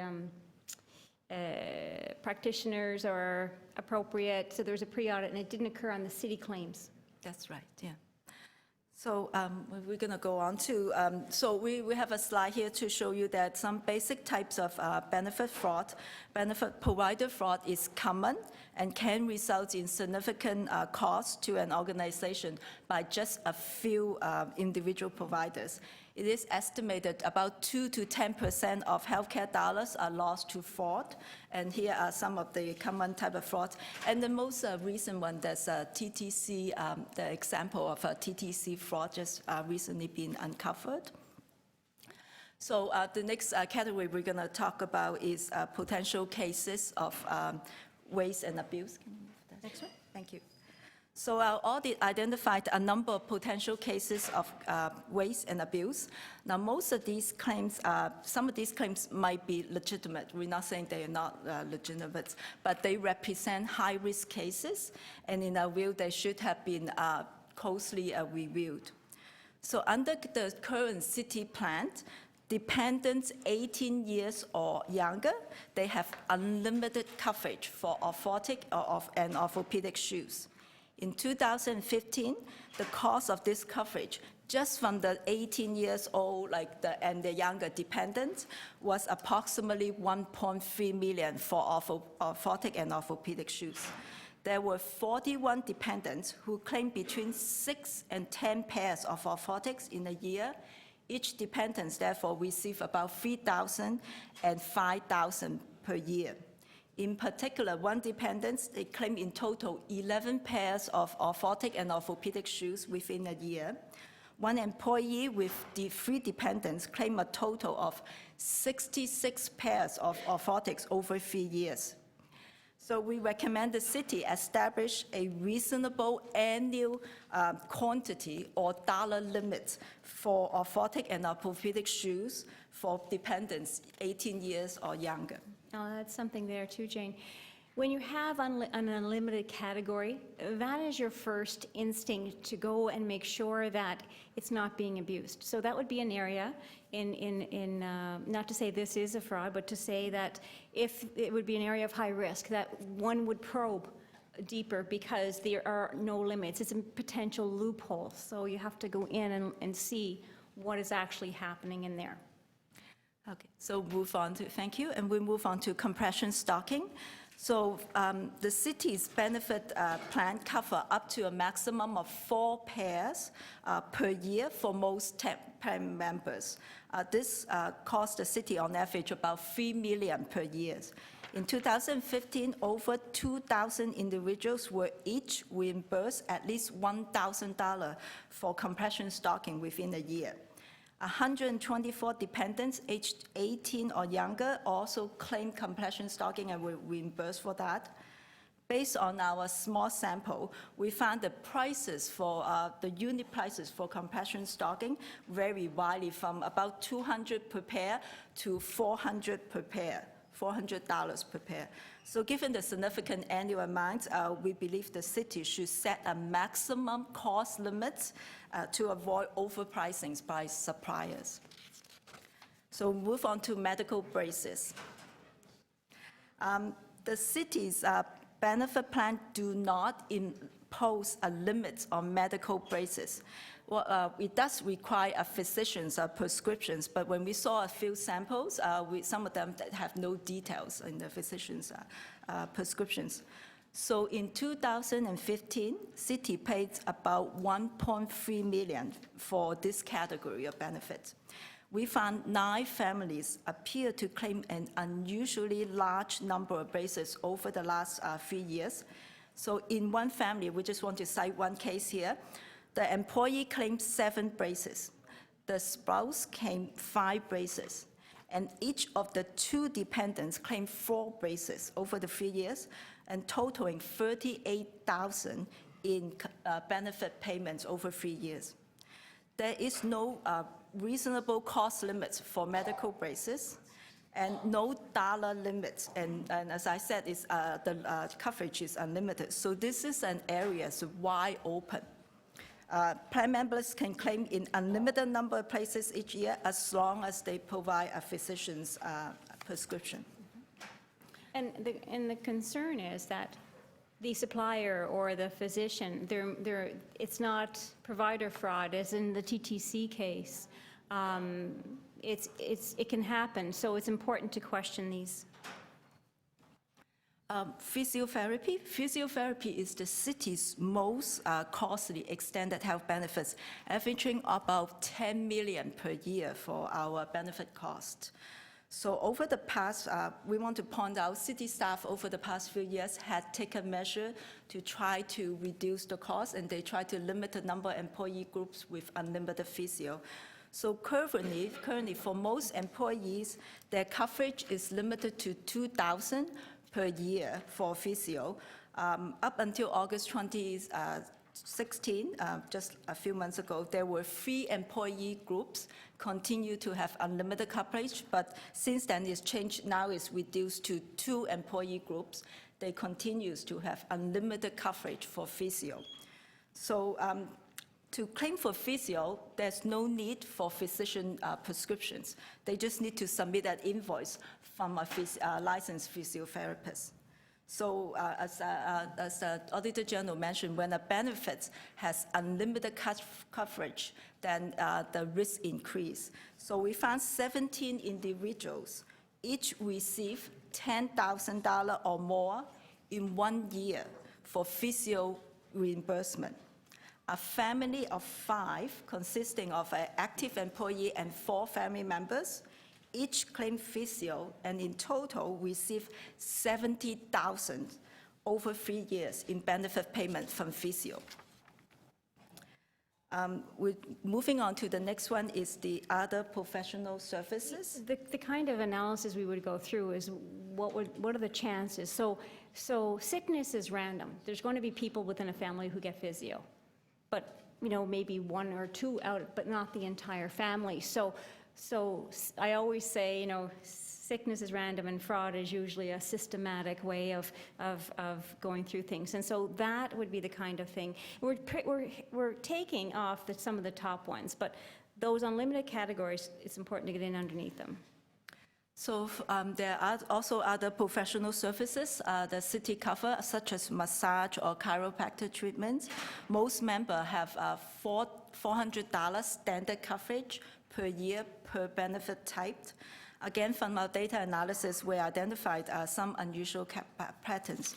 A family of 6 each receive massage therapy on the same day on multiple occasions.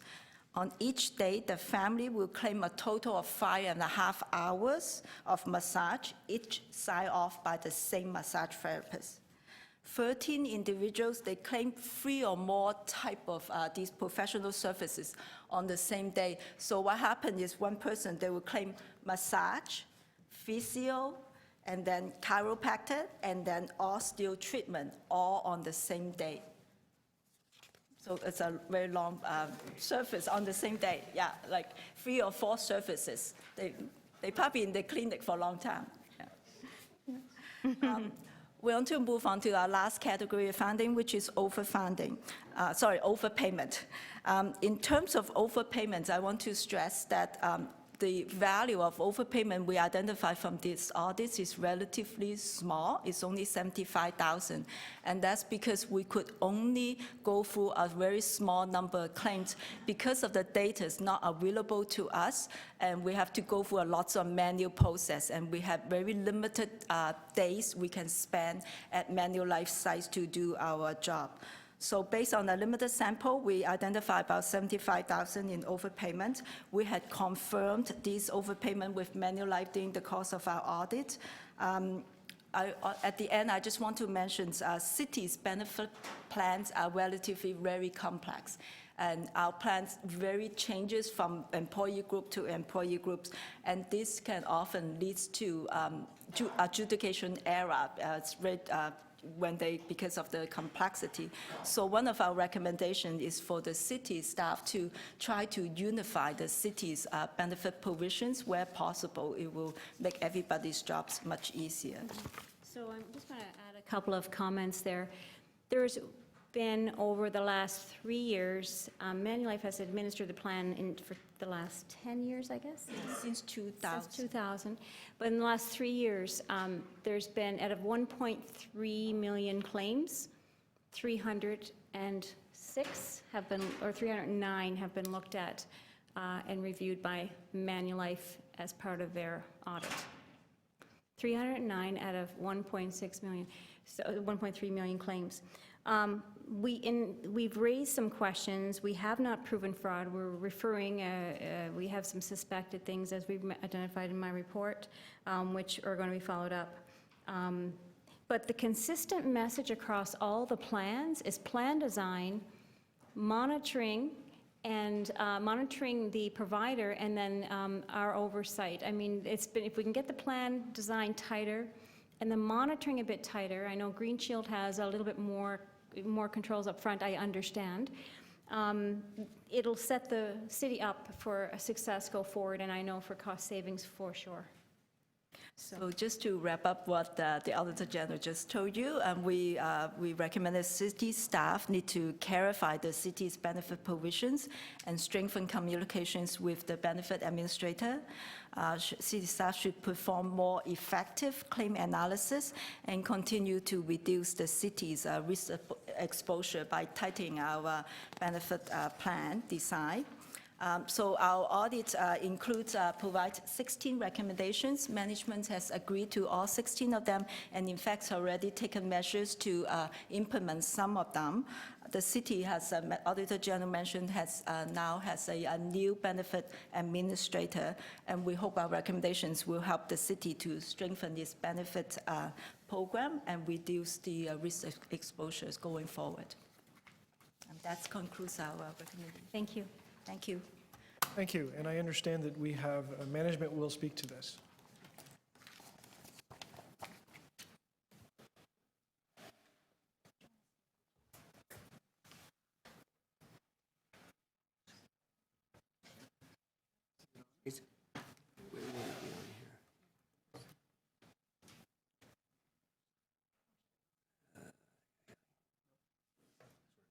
Can't tell.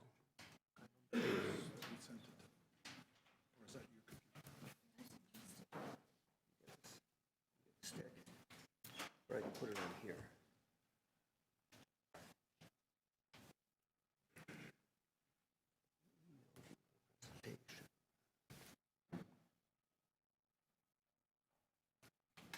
Just a couple of technical difficulties here.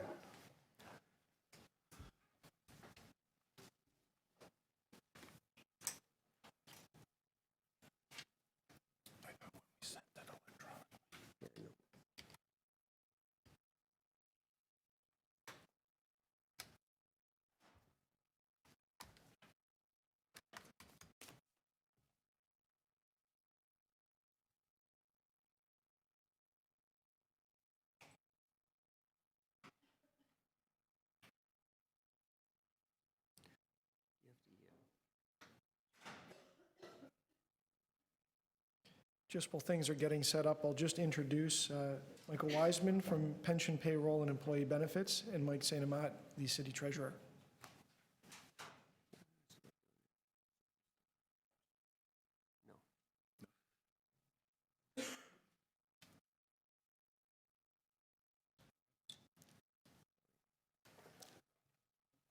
Thank you.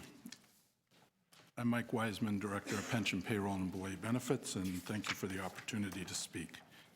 So I just want to, we'll talk a little bit today, just provide an overview, a quick response to the AG's report and findings, talk about PPEB's responsibility, some of the cost containment initiatives that we've taken over the last number of years, and then Mike St. Amat, the treasurer, will talk about the action plans in terms of our response to the recommendations.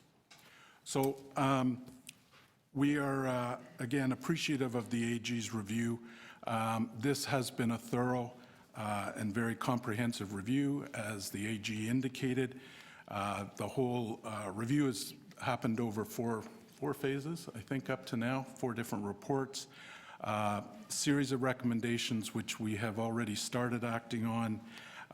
Some of the recommendations that you're getting today are similar themes to recommendations that came forward in the previous LTD and drug reports, and so we have started acting on those reports, including making changes within PPEB, and most importantly, working with the staff of the AG's office in the preparation of the RFP in 2015, which was issued 2016, in terms of including some of the provisions that have been identified in those recommendations in terms of system requirements, assessment tools, fraud detection and reporting capabilities, and those kinds of things.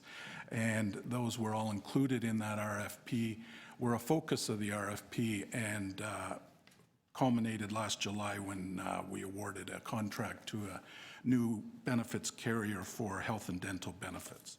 So the AG's insights have been helpful and important in that regard. Just to quickly talk about in terms of the areas that PPEB has been involved in, the benefits administration, adjudication, and monitoring. PPE is responsible for the plan implementation, responsible for liaising with and oversight of the benefit plans administrator, working with employees in terms of documentation and enrolling new employees, and through their careers answering questions, addressing issues with employees and with their union groups. We do a fair amount of reviewing and analyzing utilization trends and issues, using that information to provide recommendations and work with employee and labor relations, senior management team, and legal in terms of plan design and changes that are warranted in that area.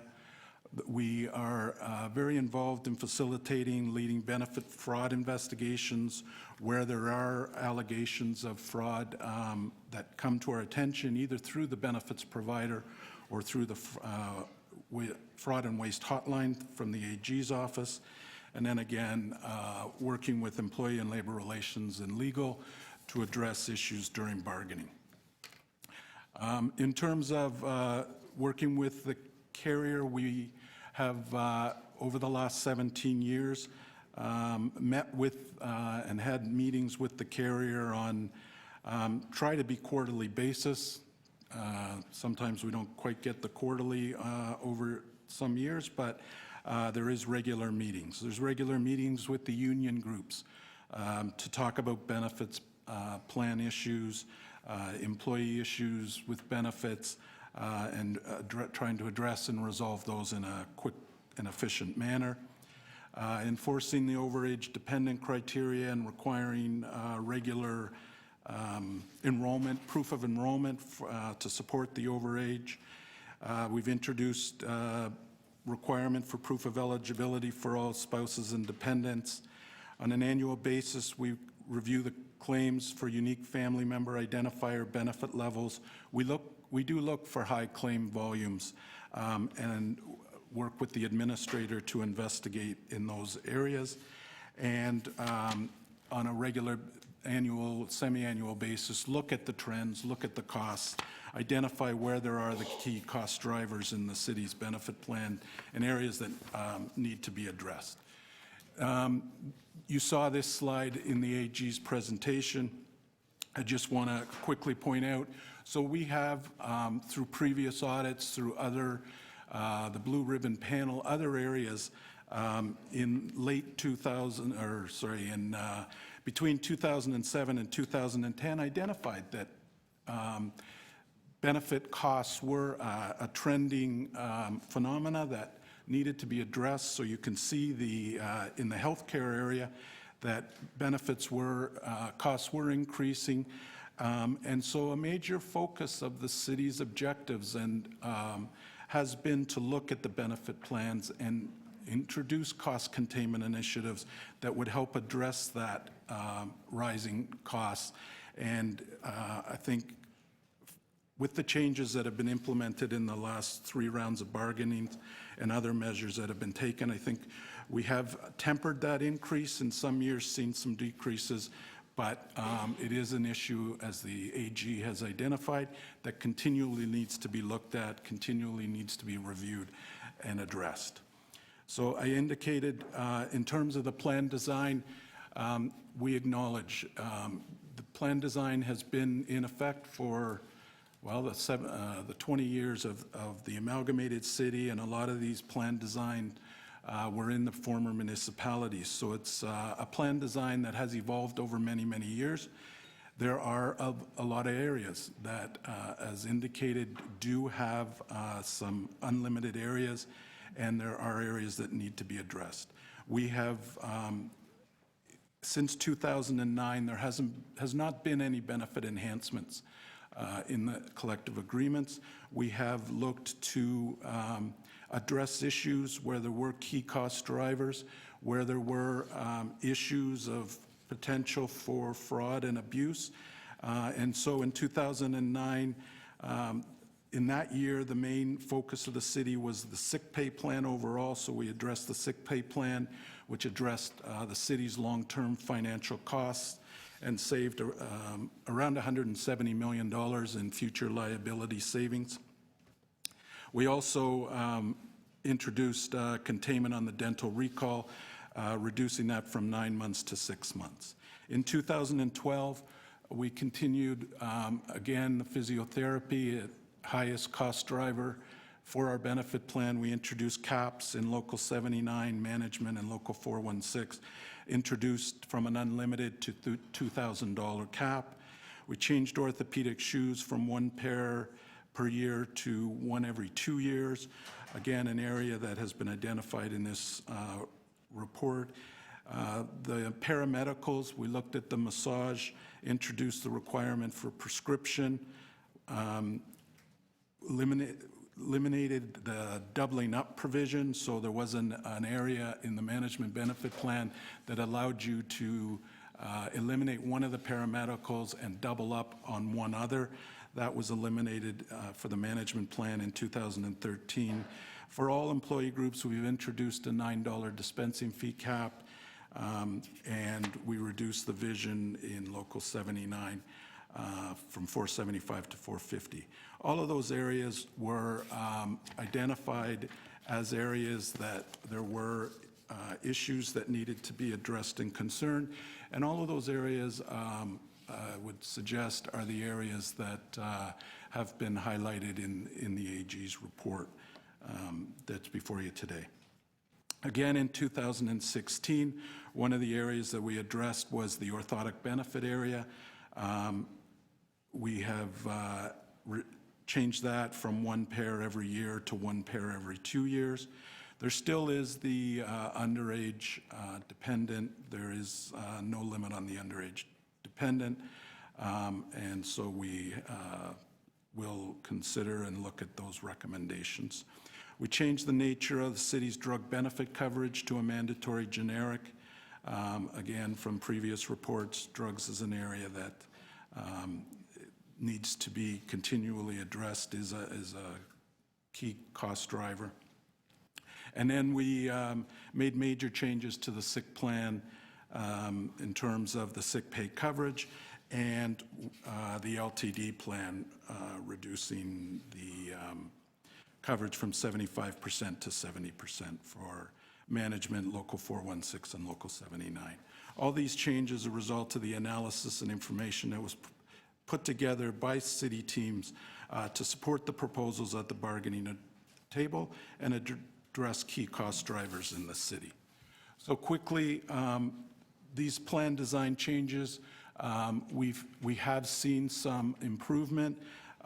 So in the areas of the orthopedic shoes, the physiotherapy, since 2011 and 2013, 2012, when these measures were introduced, we have seen, in comparison to the 2011 year, a reduction, less costs in those areas than in 2011. So the paramedical costs are being contained through some of the measures. Again, in the dispensing fee, we've introduced a cap in the dispensing fee, and we've seen that in comparison to 2011, we are experiencing reduced costs as compared to prior to those measures being put in place. And then finally, just in terms of the trending on the city's plan design as compared with the industry average of the increases, the city's trends are significantly better than the industry average, and in 2 years, 2012 and 2013, actually experienced a decrease. So we know that there are still areas, and certainly agree with the areas that the AG has highlighted and indicated, we agree with all of the recommendations that have been provided by the AG, and we are working on and will continue to work on implementing those recommendations. In terms of plan design, it is an area that we need to identify those areas. We need to come up with the support, but they can, in terms of the timing and the manner in which we implement those recommendations, they are areas that we need to collectively bargain. So it needs, we have legal requirements, we have collective agreement obligations. So we're working in implementing those recommendations in terms of adhering to those collective agreement obligations and those requirements, but we'll be taking all of those recommendations into account as we continue to move forward. And in terms of the transition, we have been working with the new benefits carrier to ensure that the recommendations that have been provided out of the previous reports and this report are taken into consideration in the administration and in the systems and processes and assessment tools that they have been establishing in the transition. That transition is causing some issues. It is going, any transition and change has its work involved with it, but we are working through those. Again, making sure that we take into account our collective agreement obligations, our past practice requirements, and any legal requirements that we have to maintain in that transition. So I'll turn it over to Mike St. Amand to just finalize the work that we're going to continue to do. Thanks, Mike. Our action plans will ensure that we leverage the learnings from this audit to improve data administration processes, capture additional information, including the provider data, conduct a more robust analysis of data and review of such with Green Shield, conduct periodic audits of our provider, work with the AG and Manulife to ensure completion of additional analysis of irregularities, including those in 2016, and collection of any overpayments, and determine which benefit design changes should be undertaken, and initiating the proper processes to do so. In conclusion, I too would like to thank the AG and her staff for this comprehensive audit of administration of health benefits. Thank you. Just to confirm, there is no other management presentation. With that, I'll open this up for questions. Councillor Matlow, I have you first on the list. Thanks, Mr. Chair. Okay, did I get this right? No cap for underage dependents? And was it the 66 pairs of orthotics example, was that for an underage dependent? Jane, you have the details in front of you. The no cap is for under age 18. Yeah. And the 66 pairs relates to a family of 3. And it was approximately $30,000, is that correct? Yes. 66 is from the, 60 pairs are from the dependent, Okay. under 18, and 6 pairs are from the employee and spouse. Is there a cap on orthotics for 18 and over? No, there's no limit. There's no limit. So in a year, Sorry, 18 and there's under, a, right? sorry. please clarify. There is one for 18. Cap of, prior to 2016, for orthotics, there was a cap of 1 pair per year. Okay. There is now a cap as of March 2016 for Local 79 and 416, and as of January 2017 for management, of a cap of 1 pair every 2 years. But if you're under 18, no cap? That's correct. So that's, we're supposed to believe that a child needed 66 pairs of orthotics in a year. And why was that loophole allowed to remain for so long? It doesn't seem plausible to me that anyone would need 66 pairs unless you own a wide collection of shoes. And if that's the case, that's yet another issue.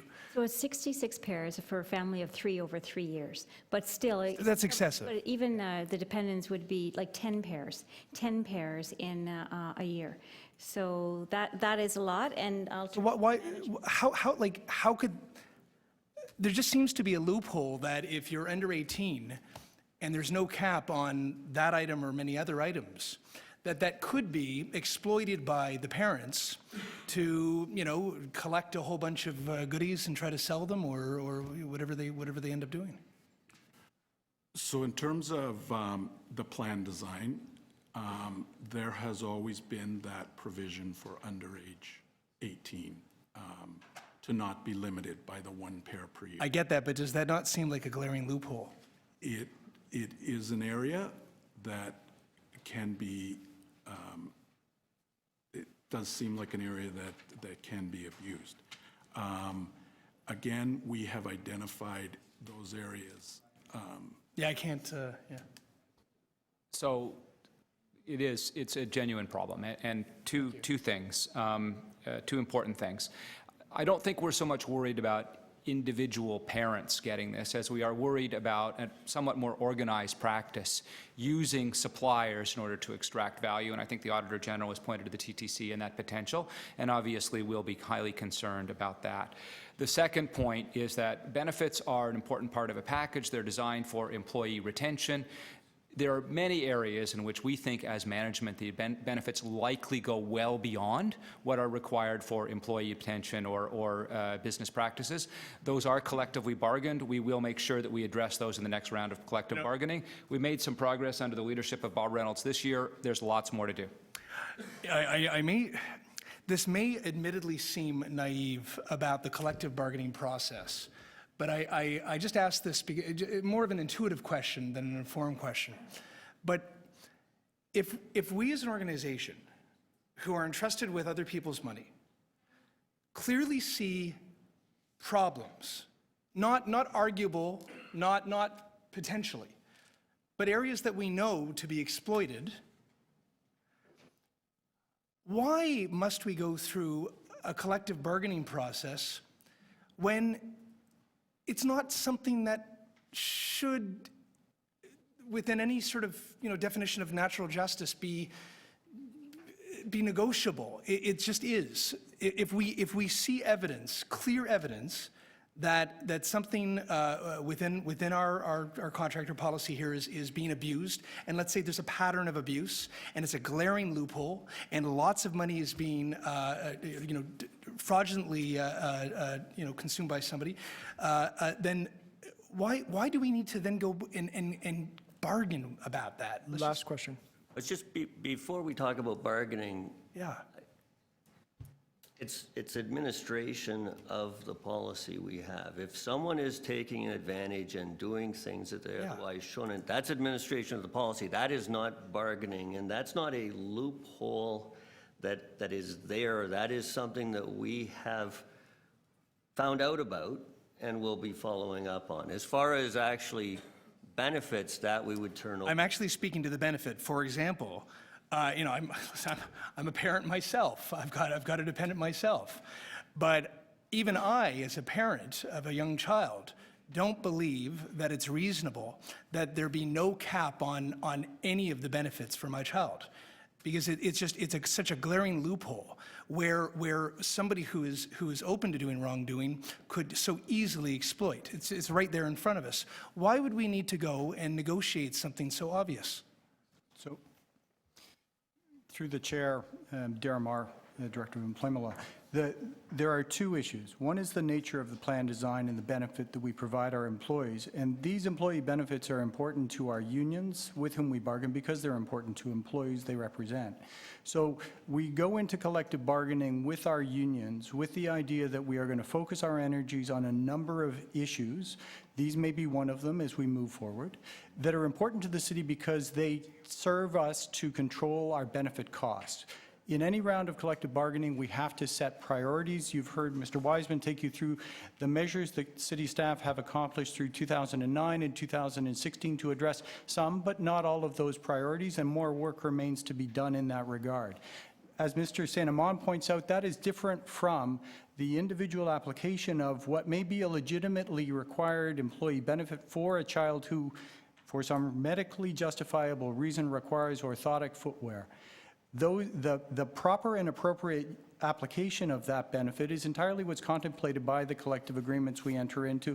And in some cases, they may be a significant benefit for our employees that we can provide them as a good employer. In other cases, as the Auditor General has pointed out, the potential for fraud does exist. And as Mr. St. Amand pointed out, in those cases where we identify or our benefits administrator identifies or the Auditor General identifies areas of concern, we will diligently address those matters. And to be clear, I'm not suggesting that there be a cap where there is clearly a reason that's supported by a doctor. But it's just the sort of open cap without any accountability that just seems to be unreasonable. You have to end the questions. Thank you.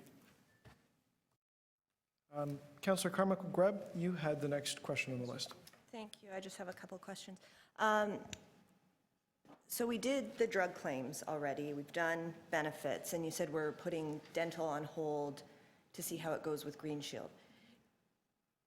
If we don't know if we have a problem with dental, how will we know how it goes with Green Shield then? Yeah, it's a really, through you, Chair, it's a really good question.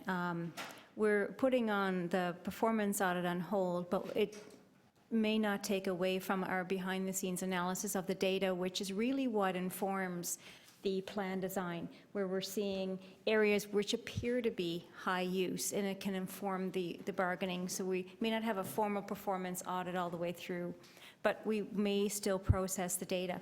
The challenge has been that, I mean, it's been the team with Mr. Wiseman's, Mr. St. Amand's team, they've been audited 4 times in 2 years. Manulife, all the plans have been audited, and the findings are the same. And I think the best use of our time at this point for the dental claims is simply to analyze the data, provide these high-risk areas, make sure the plans are tightened up in those areas, and then to move forward. There's a little bit of audit fatigue, I think, in this area, and I'd like to thank Mr. Wiseman and his team and Mr. St. Amand for the work they do in the area, but there's a bit of audit fatigue, so we'll still do some work, probably through our forensic team, but the formal performance audit will probably just stop that for now. On page 9 of this report, the plan design, cost containment, and trending, like from my opinion reading this, looking at this, it takes a dip in 2013, which is the most effective, but then it goes back up. Do we have numbers for 2016 yet? And do we know sort of if the trending line is going back up, and therefore maybe what we've put in place in 2013 isn't as effective now? So in 2016, we have in terms of the drugs and healthcare, have about a 0.5% decrease. So it has stabilized. The 2016 changes that were put in were made in the third quarter, so it's not a full year comparison.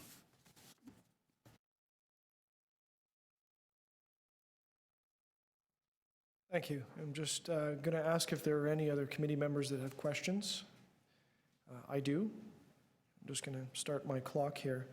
I'm going to ask the auditor, and if anyone can let me know if something needs to go on camera on this, but Auditor, in the report you mentioned that there was this concept of normal and customary fee and how that works in conjunction or is still supportive of a full coverage. And then I would ask if you could comment on what you found and how that compares to other jurisdictions that are similar to ours. Then I would ask the city staff if you could provide comment on if that's something that we can implement immediately or something that would have to be something obtained through collective bargaining. And then more broader to that, what are the things that we can implement immediately, and are we on track to do that?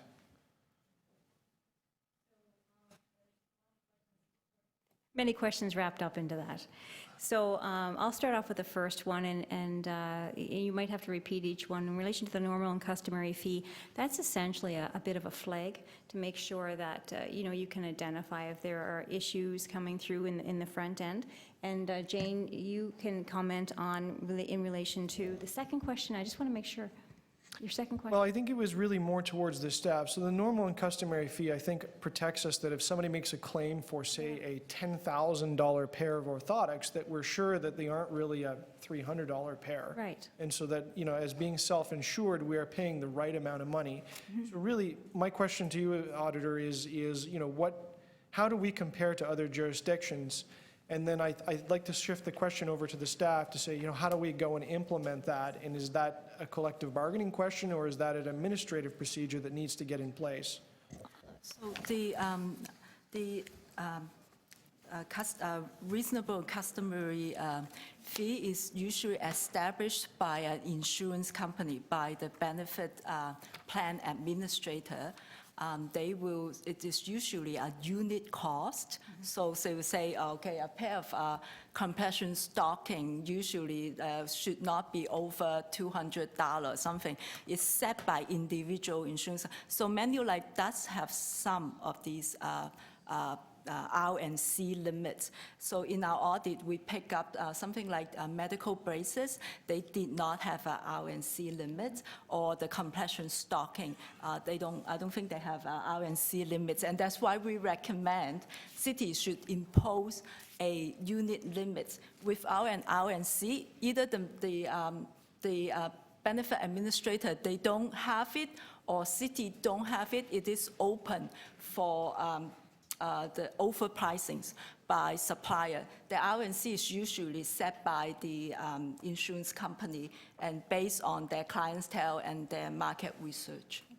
And when you have the ability to impose a cap or to limit the unit, the number of items that a person can get or an employee can get, it really helps with the administration of it. Unless there's a special case that, you know, is a hardship case, if you can limit the cap, you can put a unit amount on it, or that really protects the city, but also makes it easy for administration and will help to save costs. In terms of what we're doing in response to that, we have been reviewing, so where there are reasonable and customary limits, in the transition to Green Shield, those reasonable and customary limits from Manulife are being carried over. We are continually, and we are reviewing those to determine that they're appropriate, and how we can look at identifying other reasonable and customary limits that can be implemented in the administrative practices. But we are working with Employee and Labor Relations and Legal to determine where that is appropriate, and again, the timing of how we do that. We do have to consider there can't be any reductions in benefit levels based on our collective agreement obligations, and have to determine whether it's a collective agreement obligation or administrative practice in terms of giving notice. So we're working with legal and employee and labor relations to determine each of those steps and the timing of that implementation. Okay. Page 39 talks about the audit scope limitation, and the auditor mentioned that her staff had done an analysis, an on-site review at Manulife, and then requested Manulife to provide supporting documents such as redacted invoices for a selected sample of claims. Then she says Manulife declined, citing expiry of the contract. And this signals to me that Manulife has our information. I wonder if someone could talk to me or explain the mechanism at which the information at the ending of this contract is passed over to the city or is passed over to our new service provider, so that there's continuity of files and that we can continue to analyze trends and patterns. I'd just like to clarify, through the chair, just your one statement. It related to the physiotherapy where we weren't able to get the documentation, right. But your question still stands and is for legal to answer. I think that's an issue we'd have to discuss with Mr. Wiseman to determine the best course of action and respond to that, and with the Auditor General as well, given her authority in that area. So. Okay. Thank you. I'm done my questions, so I'll stop the time. Does anyone have questions that need to go in camera? I'm not seeing any signals from anyone, so I'd like to open then for anyone to speak on this. Councillor Matlow? And I will remind folks that we will need someone at some point to move the staff recommendations. I'll move the staff recommendations. And with gratitude, first of all, to once again to the Auditor General and her staff for the due diligence that they've done, and once again reaffirming my confidence in the recent investment that we made into that office to be able to do this work so well. I also want to thank our team for their responses too today. It's clear to me that, given the responses that I heard, that there is acknowledgement and recognition, along with what I heard from the city manager, that there are a number of areas that need to be tightened up and capped and sealed in a way to both contribute, as the Auditor General said, to a more streamlined administrative process, so we actually have some predictability about what kind of prices we should be looking at. We don't have to guess, we don't have to research, we don't have to hope. We just kind of we know what we should predict or know is the medium prices, and then we do it. There do seem to be some significant loopholes, and again, I know this may sound heartless to some, and it really isn't, certainly from my intention. But for this glaring loophole with respect to underage dependents, to have virtually, if not no cap on many items, including the example that was given earlier, such as orthotics, just seems to be unreasonable.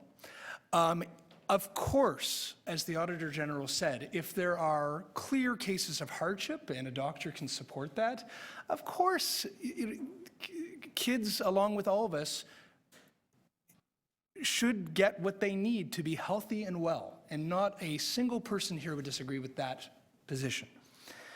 But it shouldn't just be sort of this open trust system that anyone can get as many things as they want, hoping that no one is going to exploit the system. Because unfortunately, what we've seen far too often, whether it be in the matter of the item that we just discussed and we will go back to soon, or this item, humanity is imperfect. There are many people who follow the rules and do good things, and there are others who don't. And we don't set the rules for the people who are doing things well and following the rules. We set them for those who are not going to. And unfortunately, there are going to be some people who exploit the system and act fraudulently. So the last point that I'd like to make is that, as you know, Mr. Wallace said earlier, to paraphrase him, we can't keep going with the status quo. We need to do things differently. We can't do things each year just because it was done last year. And I get that we have an important collective agreement and we have a bargaining process that is respectful to the employees who we respect. But I just don't get intuitively why we need to negotiate something that is so glaringly obvious. It's one thing to discuss it with them, to work with our employees on improving these systems, but to argue over points that are just so clear to any reasonable, fair-minded person just seems to go, it's counterintuitive to me. I know it's the process, I get the reality, but I suggest that reality should change.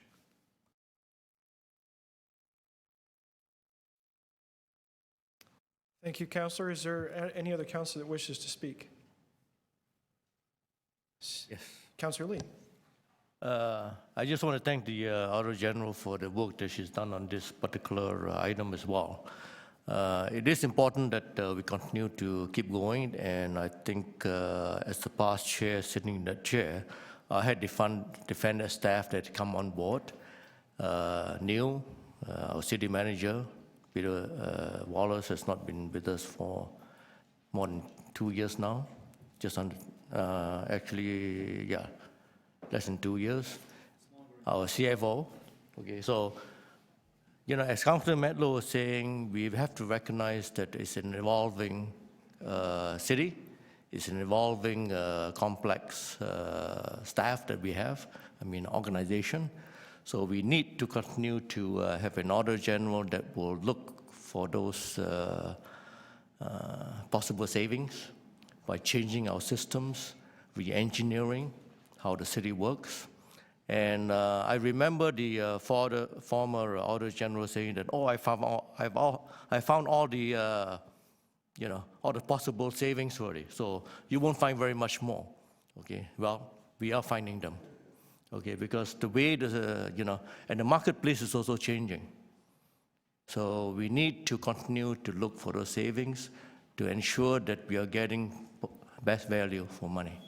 So, and I do advise, and I'm glad that we have 3 new counselors who are first-term counselors, because the Audit Committee is very interesting and a place where you can learn a lot of things, how the city functions. So I'm glad that we have 3 of them on board here. Thank you. Thank you, Councillor Lee. And I'd like to take the opportunity just to say, I'm sorry. It's been moved, Councillor Matlow. I was just going to take just a quick moment as well to say thank you to the auditor, her team, the city staff, and everyone that's worked on this file. Sometimes people think insurance, someone else pays. But I want to remind everybody listening that, the city is self-insured. And it's a little bit of a different setup than a private company where they pay premiums to an insurance company. So if there are inherent inefficiencies, it ultimately, every dollar that flows through that inefficiency or someone has taken advantage of a loophole, that's a tax dollar. And part of our job is to protect that. And I think we have an auditor, staff, and an audit committee here that are very interested in doing that. And that's important and that's good. I also want to acknowledge that part of this story is about data and information. And some of the limited view, as we heard in the previous file, our limited ability to look at it. I do take some optimistic approach towards the future. As we move into a data age, we've got different providers, we've got different technologies out there, and as information becomes more and more abundant, I think that we will find more and more of these things early and be able to maneuver quickly and deal with them. And lastly, I'll just put that there's an interesting discussion that will have to occur in the future with bargaining agents and probably with council, because we do determine some of the benefit plans for non-unionized employees. And really it will be the thought of a very, very small percentage of recipients may take a very large amount of resource. And we'll have to think about within that bucket, there would be cases, I'm sure, that, and the auditors alluded to this in the report, that we just don't know. There may be legitimate explanations, and there may be instances where someone has taken advantage of that situation. And with that large amount of resource going into a very small area, is it better spread across? Is that money better used to deal with benefits for a larger group and something that more people will get advantage from? I don't know what the answer is for that, and I suspect there will be hearty debate both on the bargaining side and with City Council as we determine each of our parts. But I guess that's something to file in the back of our minds and know that it will be an important question to answer. And with that, I'll conclude what I have to say, and I will call this to a vote. The motion to support the staff recommendations is on the floor, and all those in favor? Any opposed? And that is carried. Thank you. Move on to the next item. It is AU 8.5. That is Audit of Water Billing and Collections, Phase 2. Water billing and water meter management controls require strengthening. And I know, Councillor Lee, you had that held. Yes, I do have some questions.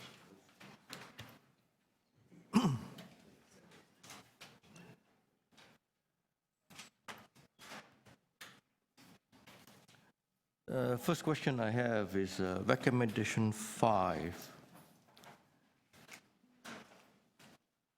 And recommendation 5 reads, Director of Service, City Council requests the Directors of Revenue Services to obtain third-party information from Toronto Hydro consumption data assist.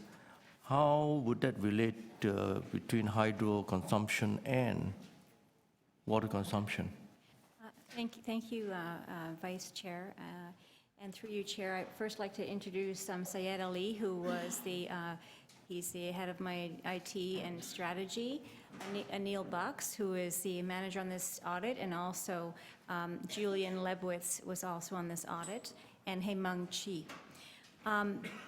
The way that we go at our work is we try to assemble a profile of data so that we can understand the story of what's happening.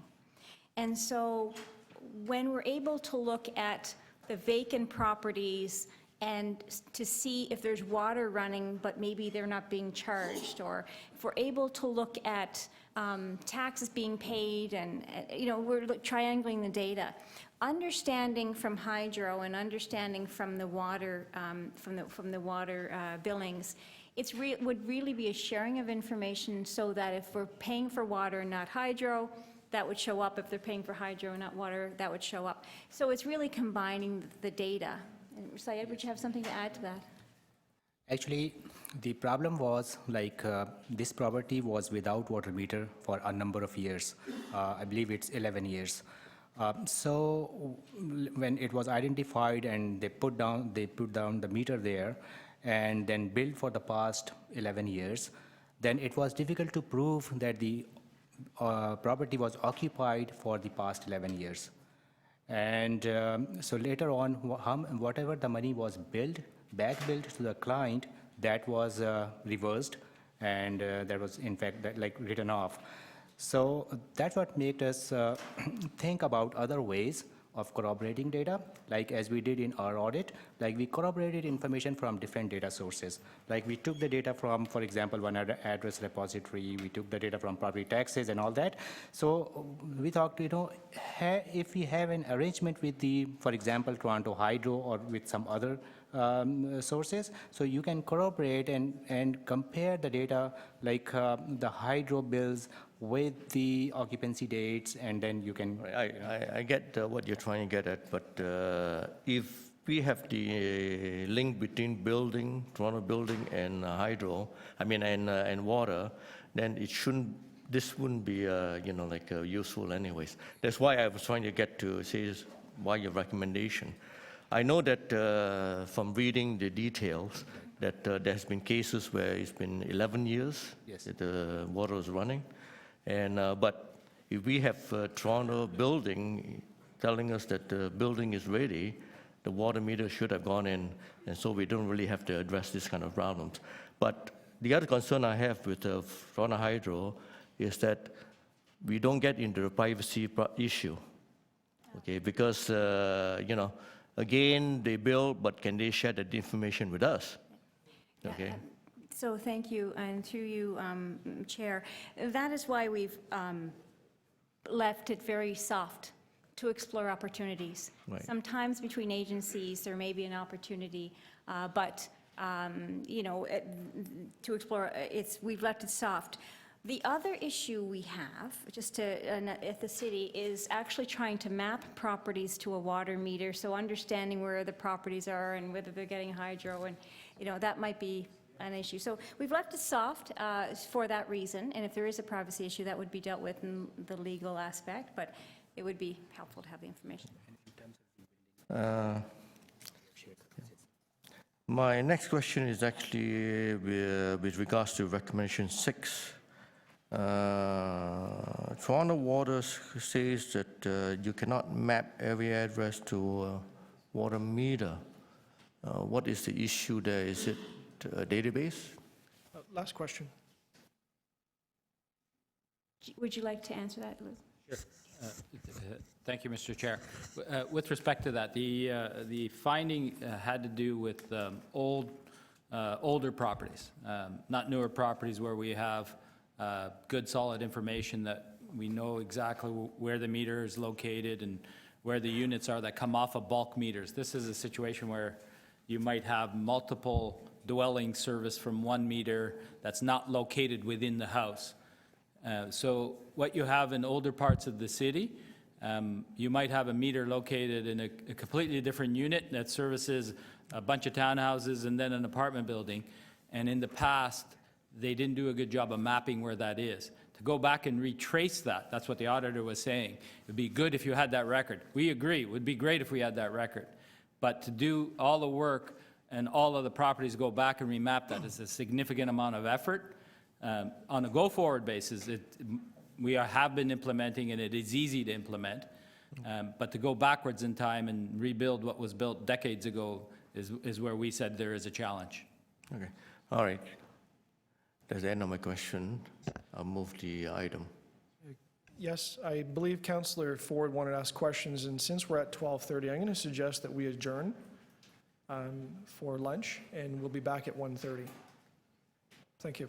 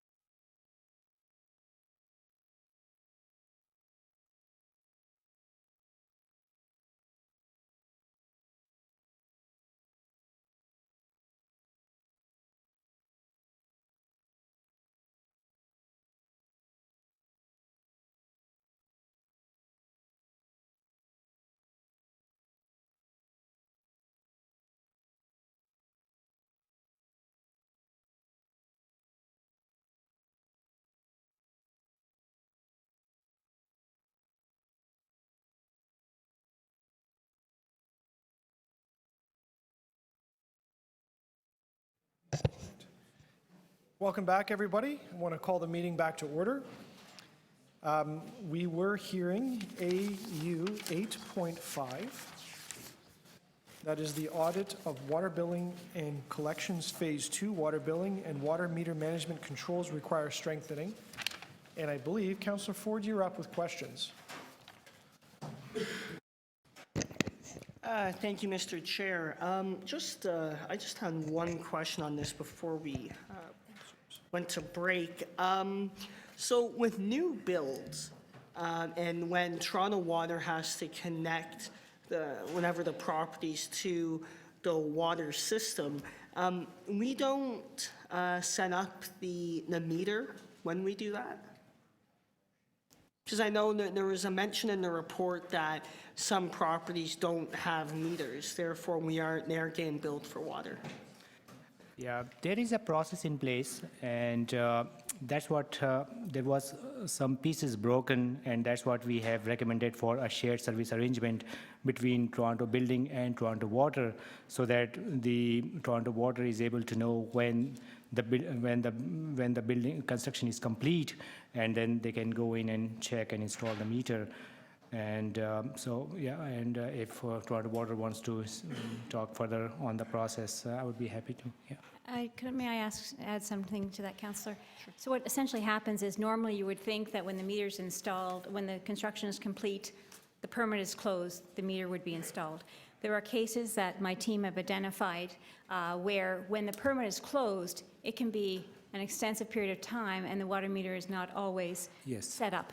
So in those situations, we're trying, the Toronto Water and buildings are coordinating and really going to make sure not only that that happens, but there's a streamlining of efforts in those areas. And over to Lou DeGeronimo on that. Yes, it's through you, Mr. Chair. Yes, there's a small sample set. As you can see, the percentage is about 5% of new builds where there's a disconnect between when a homeowner takes occupancy of new construction and when the meter gets installed. And for the most part, the developer or the builder sequences that properly and makes sure that the meter is installed prior to occupancy. In some cases, the builder, and this typically happens, I would say, more on the one-offs, but it does happen sometimes on a larger subdivision, site plan on townhouses basis where a bulk meter might not be put in at the right time. It's about making sure that that information is conveyed amongst the three divisions that are involved, from Toronto Building, Revenue Services, and Toronto Water. So one of the key things that would improve this, and this is where we agree with the auditor, is if we get multiple data sets together and we have them essentially triangulate all the data. So it would send the flags of when a builder was supposed to install a meter. It would send then a notice and a work order to Toronto Water to say, hey, something's up here. They closed out a permit. They've installed a new service. However, there's no record yet of a meter installed from Revenue Services. That can then generate a work order for Toronto Water to send out a bylaw inspector to go and investigate why that occurred. Did it occur as an oversight? Did it occur because the builder just didn't want to put the meter in? That happens sometimes. We need a better mechanism to identify them sooner. We do eventually catch them, but unfortunately what happens is we catch them a few years later, and then we're dealing with a back billing and large estimation, which then causes problems for the homeowner. And so in order to shorten that time period, this merging of data sets would help considerably. I might just add to that, I would be remiss in not saying that the water department with their new meters has really, is quite a big program, and for the most part, the billing is happening and happening as it should, but these are pockets of areas, and some had been identified to me by Mr. DeGeronimo before we commenced the audit, and the tools that the team used, I think, are going to be helpful go forward, as Mr. DeGeronimo has said. So I just want to recognize, this has been 3 or 4 of the 3 out of 4 reports, or almost 4, so, but the billing is happening to the revenue team also, Mr. Attard. Saint-Amand, sorry. Thank you.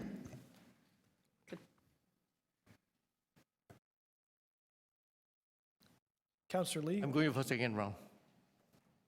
Okay, just a short question.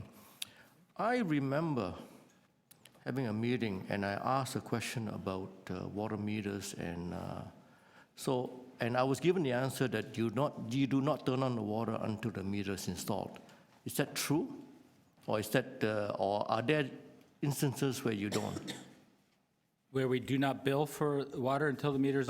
Yeah, that's right. I was informed at one previous meeting that you do not turn on the water supply until the water meter is installed. No, that's not the case. There are provisions sometimes during construction where water service is provided to the site so they can continue on with construction, and arrangements are made for billing purposes. We call it construction water during that time period, where it would not make practical sense to install a meter because the building might not be insulated, might not be properly heated, and then there's a concern that the meter will freeze and be damaged and you'd have a problem. So there are instances where water service is provided during that construction phase.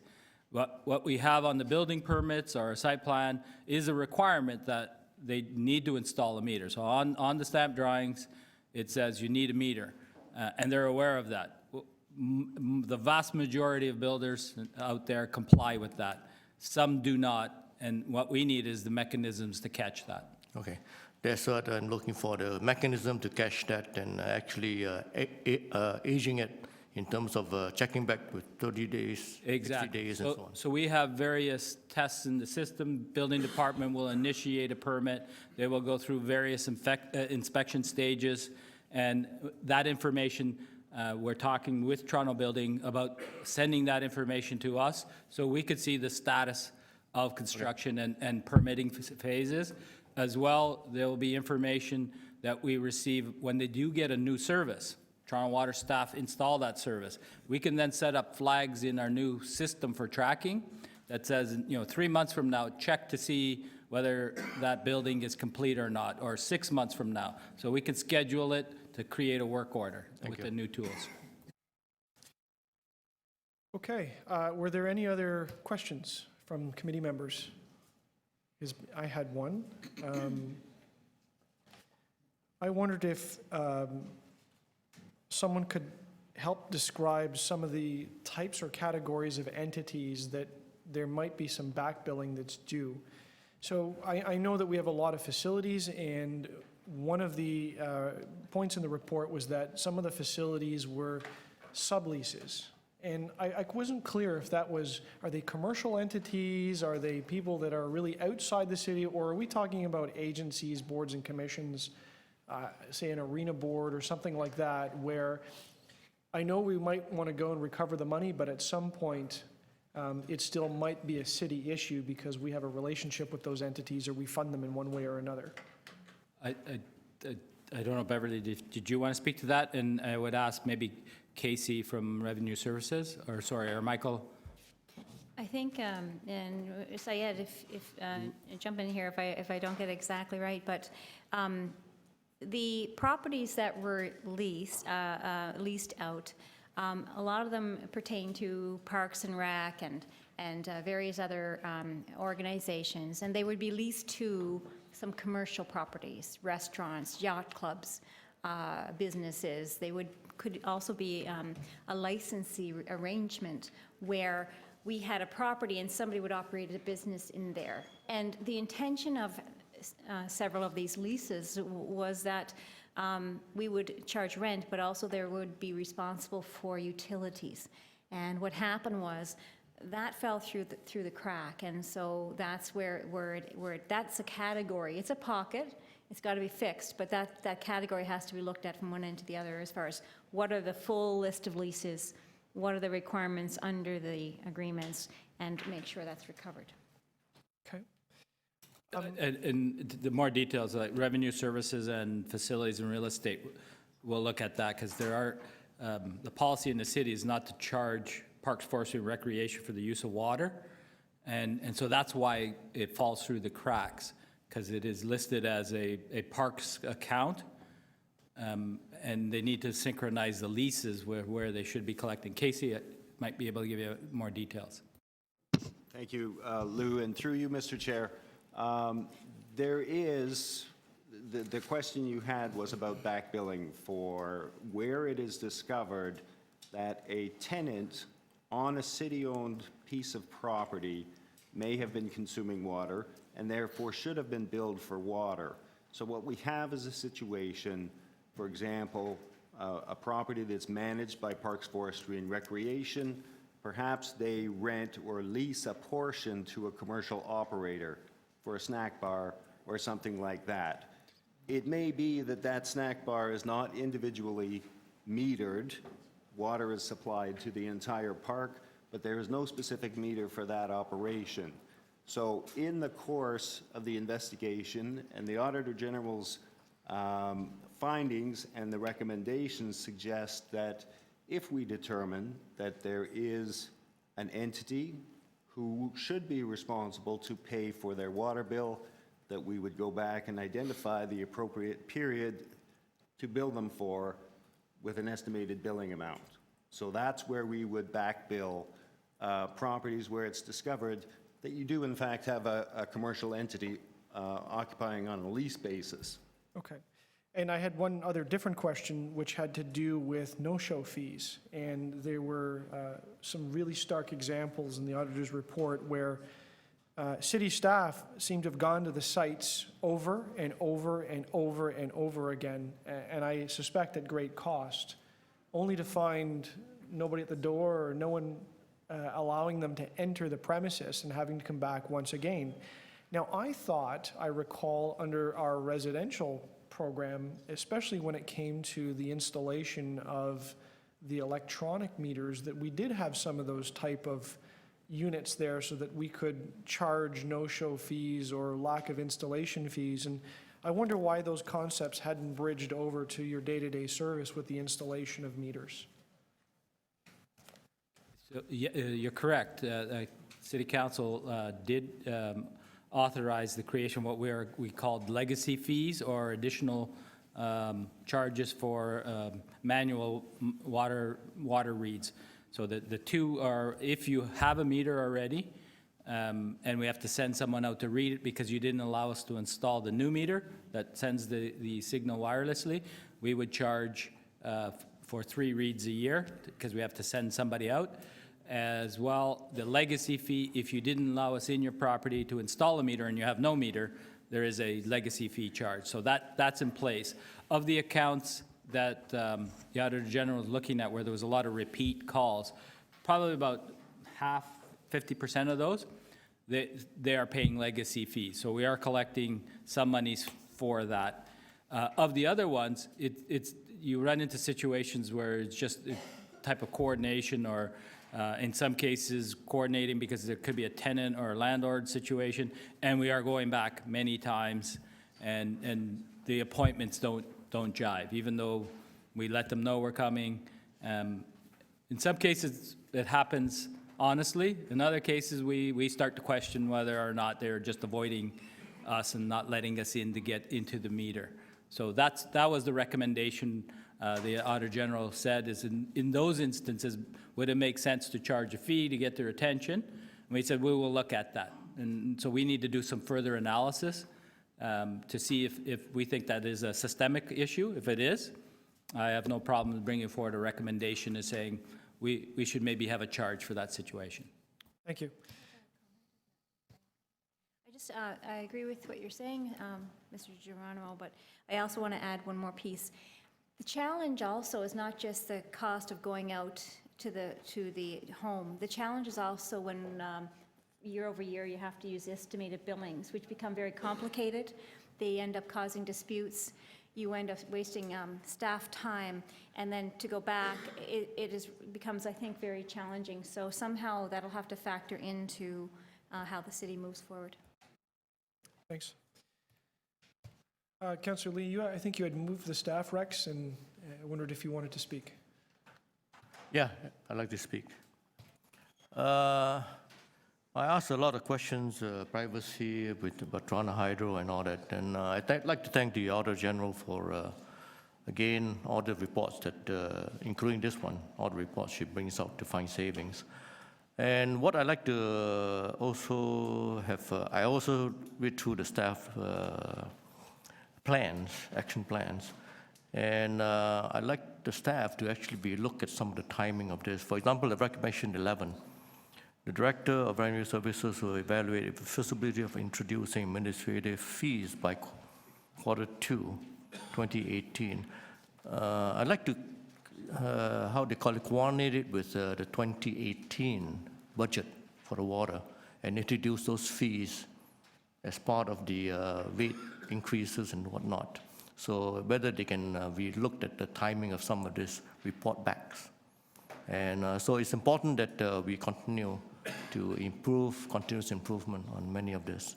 So take a look at many of these plans and ensure that we are looking for the savings and coordinating with other city introduction of things in the city. So I'll move the recommendation. Thank you. Thank you. Are there any other members of the committee that wish to speak? Great. With that, I will call for a vote on the staff recommendations. All those in favor? Those opposed? That is carried. Okay. On to item number AU 8.8, 2016 Annual Report demonstrating the value of the Auditor General's Office. I believe the Auditor General has a presentation on this.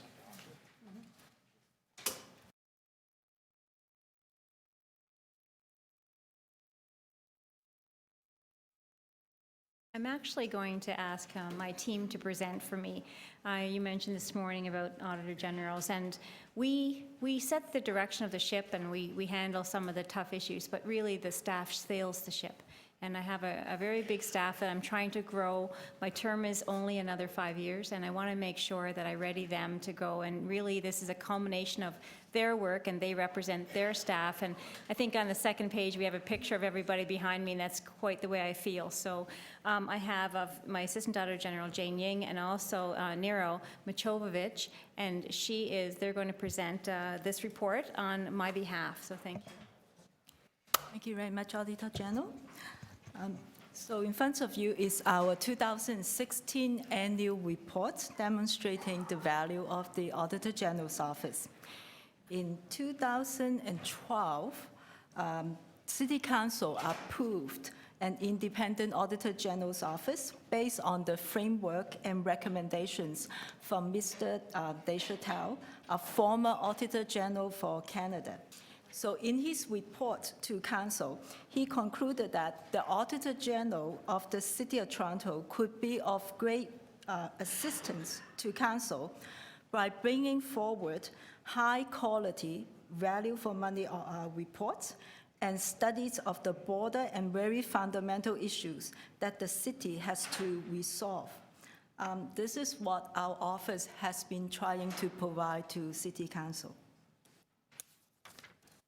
Under the City of Toronto Act, the Auditor General is responsible for assisting City Council in holding itself and city administrators accountable for the quality of stewardship over public funds and the achievement of value for money in the city operations. So the specific responsibility of the Auditor General are set out in Toronto Municipal Code. The code requires that the Auditor General report annually to Council on the activity of the office and the saving achieved. And this is what this report is about. This is the Auditor General's 13 annual reports. So this is a very quick recap of the activities we provide in 2016. We issued 14 performance audit reports, 5 continuous control monitoring reports. Our fraud and waste hotlines responded to 552 complaints, including 900 allegations. We follow up on our recommendations every year, previously issued recommendations. So in 2016, we follow up on 165 recommendations. 2016 was also the year we revamped, we engineered our annual recommendation follow-up process to make it more efficient and better coordination with city staff. We also coordinate and oversee external financial audits. So while there's always a focus on dollar savings, we should not lose sight of the other important non-financial audit benefits from our audit. So these benefits include improving internal control and security, better governance, more effective and efficient operations, and better customer services. So over the last 5 years, our office, the budgets of our office was about 21.7 million. So that's the money you invested in our office. Together with city staff who implemented our recommendations, we managed to generate 160.5 million of savings. So in other words, for every dollar you invested in our office, you will get about $7.4 back in return in investment. So this next graph very quickly show you the last, including the last 5 years, the annual savings that we realized in the last 5 years. So you notice in 2016, we did have a larger amount of saving realized in 2016. This is partly due to the implementation of some of the outstanding recommendations from the Auditor General's office by the city's shared services work group. So we want to thank the shared services work group for implementing the Auditor General's recommendations. In page 18 of this report, we itemize each report, how it generates saving. If you are interested and you sign from page 18, there's a very detailed list of how we realize the saving from each single report. So we are auditors and accountants. We tend to be conservative. Our saving estimates are conservative as well. So we do not realize the saving in our annual saving report until they have been implemented by staff. And also the savings estimates are usually, most of them are confirmed by staff or verified by us after the recommendation have been implemented. And in some cases, we do both. We also only project annual saving for 5 years going forward, even though these annual savings will probably continue way beyond 5 years. So I'm going to ask Nero, who is the primary author of this report, to give us a highlight on some of the audit report that features in this year's annual report. Thank you. In 2016, we were able to quantify and recognize benefits from 8 previously issued audit reports. For example, in the 2015 Phase 1 audit of long-term disability benefits, as a result of the audit recommendations, city staff reduced LTD benefits from 75% to 70% of pre-disability earnings. This resulted in savings of approximately $9.5 million over 5 years. The 2011 Parking Enforcement Review resulted in a change to provincial legislation which allowed City of Toronto parking enforcement officers to issue parking tickets for expired license plates. This will entitle the city to keep all revenues associated with these parking tags. The implementation of this recommendation will generate new revenues to the city in the amount of $11 million over 5 years. The immediate implementation of audit recommendations from 4 audit reports issued in 2016 also achieved quantifiable benefits. For example, the Phase 2 LTD benefits audit achieved savings of over $1 million over 5 years. This was a result of incorrect LTD entitlement calculations and duplicated HST errors that would have gone unnoticed if they had not been identified by the audit. In the audit of city cleaning services, the implementation of industry and corporate cleaning standards to contracted and in-house cleaning services resulted in annual savings of approximately $850,000 or $4.3 million over 5 years. Quantifiable benefits were also achieved from our continuous controls monitoring of the city's telecommunications expenses, as well as cost recoveries and loss prevention from forensic unit investigations. I just want to emphasize here, it's really the city management, they really do take the recommendations seriously, and they put in great effort to implement them as quickly as they can. we watch that, but I'm always appreciative of the effort that they do. And I think my view, compared to other offices, that this is working very, very well here compared to some of the provincial offices and some of the federal offices. So I want to thank the city management for doing that. The office also issued several audit reports in 2016 where financial benefits were not determinable at the time. However, we do expect that the implementation of our audit recommendations will generate future savings down the road. These were notable audits that are definitely worthwhile mentioning. The Employee Health Benefits Phase 1 audit noted issues related to the benefits plan structure, as well as the potential misuse of drug benefits. The audit of the tendering of paving contracts made recommendations to improve the procurement of paving contracts in order to protect the city from future financial loss. The 2016 audit of water billing and collection noted that the city lost property tax revenue from properties that were incorrectly classified as vacant lands. Finally, the audits of the internal and external vulnerability of the city's IT network highlighted the importance of protecting the city's IT systems and assets. Looking forward, the Auditor General will continue to take a risk-based approach when selecting and conducting audits. In conducting these audits, the office will continue to enhance the use of data analytics. The re-engineering of the recommendation follow-up cycle will enhance efficiency and better facilitate staff in implementing audit recommendations. And finally, continuing to focus on enhancing staff training as well as succession planning. This brings our presentation of the 2016 annual report to a close. Thank you. Thank you for your presentation. May I ask if any committee members have questions? Seeing none, I know we did have Councillor Matlow, you wanted to speak. When I was first elected in late 2010 and I began on this committee in 2011, I've told some of you that I was put here completely under duress by your uncle. And I admittedly had no idea what I was going to be walking into. What I found, though, was that this committee is one of the most important and fascinating bodies we have at the City of Toronto. Whatever interest you have in the city, this is where we learn how things work and how things don't work, and how to make things better that aren't functioning as well as they could be. In the Office of the Auditor General, and I will point out this Auditor General specifically, along with her predecessor, has done a remarkable job. And I also want to commend Beverly's staff, who I know are the backbone of this organization, as you've said.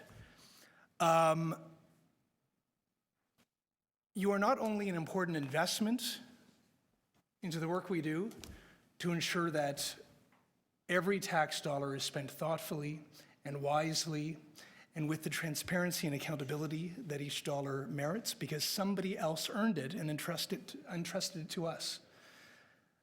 But the confidence that you provide to council and the public that not only the dollars are spent wisely, but also that we act wisely and that we act with the kind of accountability and the wisdom that they expect, we collectively as an organization. The mere fact that you exist lends to that goal.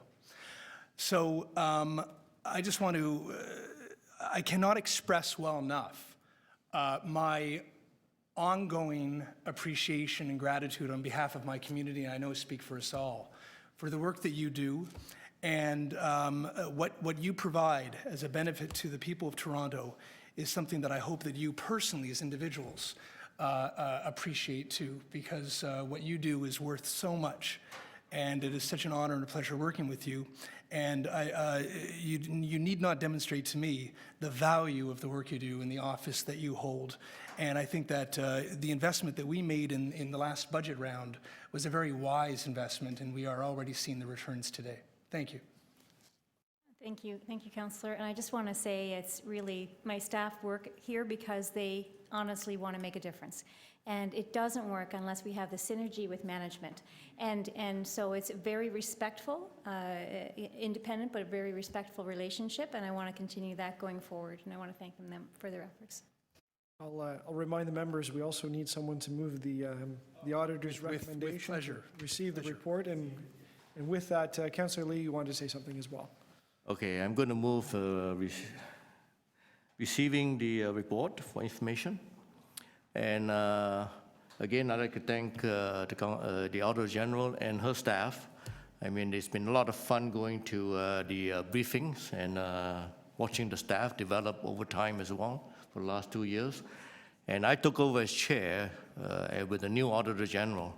So I did give her a lot of rope to try to hang herself or make a good show, okay? So, and the city manager was new as well. So, working together, we can improve the city, okay? And as I said earlier, the audit committee is where you can learn a lot of stuff, like Councillor Mettler was saying, how to improve things. So just follow the money trail, and it's important because the money trail is how we get elected. Okay? If you can find cost savings, you can find to run the city better. I think our citizens see that, and based on the work you do. So we got to be able to allow you to continue to get the work done for us, because I cannot investigate everything myself, and I don't have the powers either, okay, whereas you do, okay?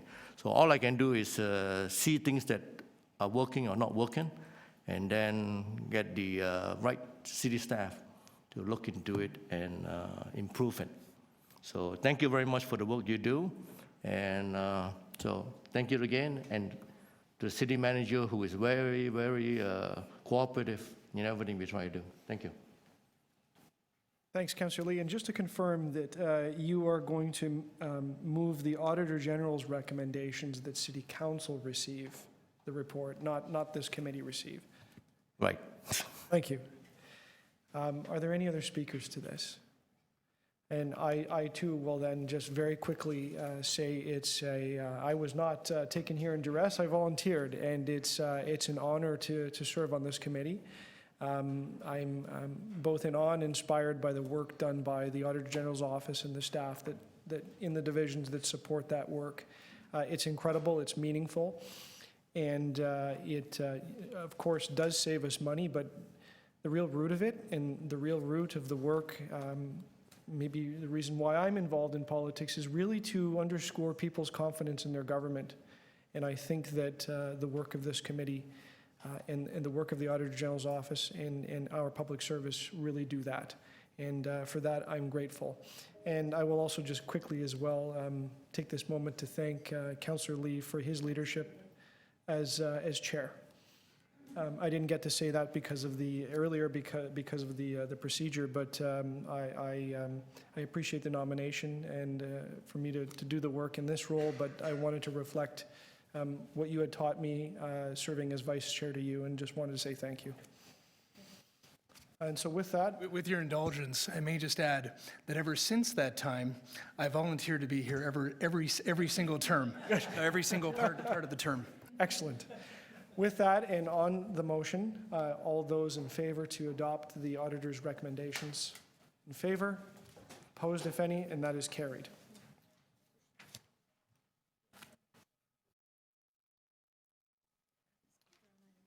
Thank you.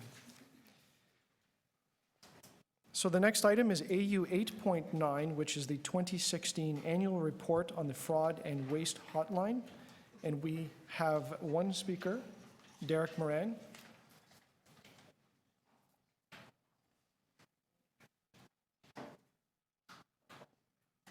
Welcome. You have 5 minutes. I just want to point out that something odd happened this morning regarding this item. I was actually handed the sheet that I'd spoken on this item to sign before I'd actually spoken on this item. It's never happened before.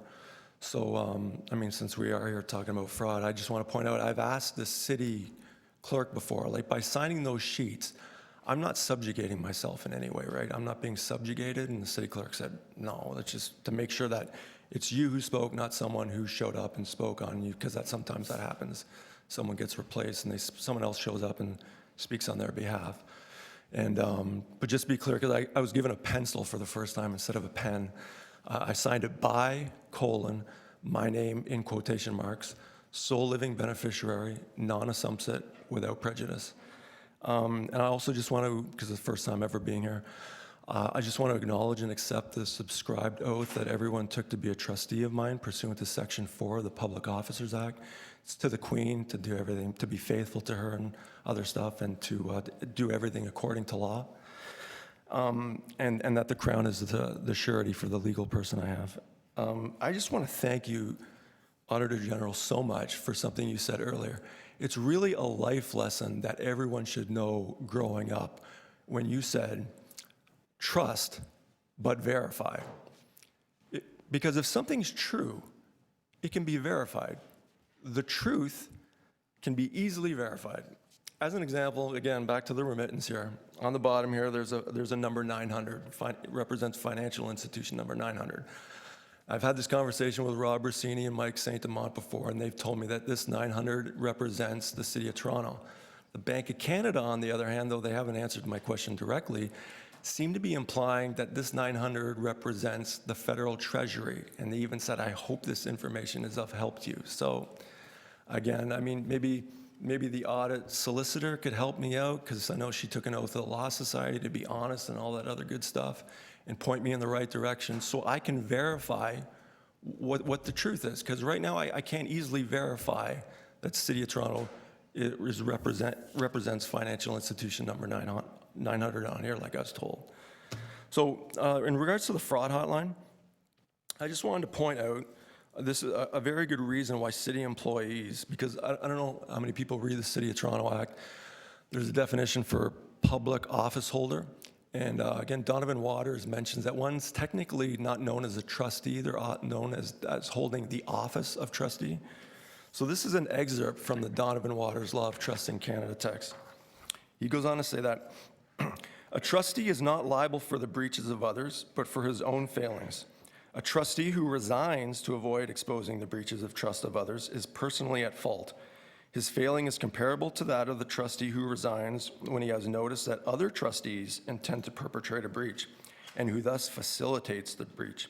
But it is to be remembered that no one is obligated to accept the office of trustee. If he does accept it, he becomes a fiduciary and, as a trustee, answerable to the court for the discharge of his duties.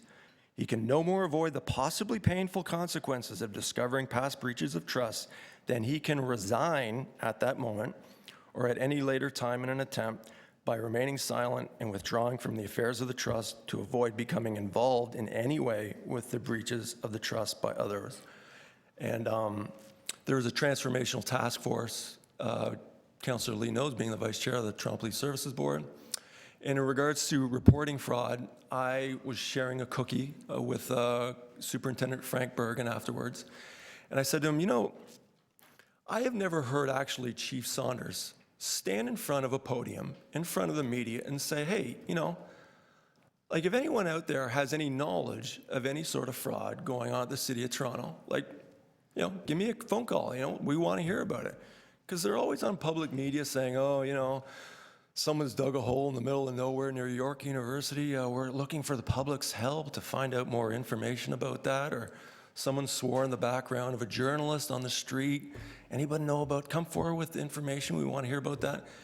I would like it if maybe Councillor Lee could take the lead on this and getting Chief Saunders to help make the Auditor General's job easier and saying, hey, like we take this serious. I guess I didn't think about this earlier, but we want to encourage people to step forward and report this stuff. I think that would help make your job easier. Thank you. Any objections to my public notice that I handed in with this item, by the way?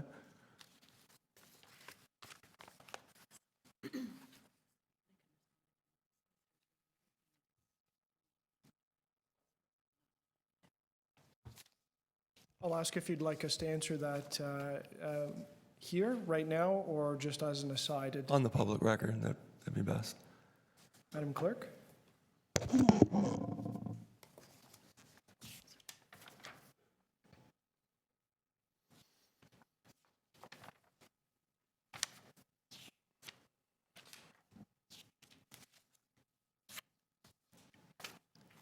Sorry, thank you. The communication that you submitted to the city clerk with your planned deputation to the committee does not meet the city's requirements on a valid communication. Section 27 of the procedure bylaw states that a communication must not be defamatory or contain offensive language. The solicitor has reviewed your communication and advised that it contains potentially defamatory content. So there's technically nobody's made any objections to what I handed in? It's just an opinion, right? No one has seen it other than the clerk staff and the solicitor. Okay, so just to be clear on the public record, nobody has objected to that public notice I handed in.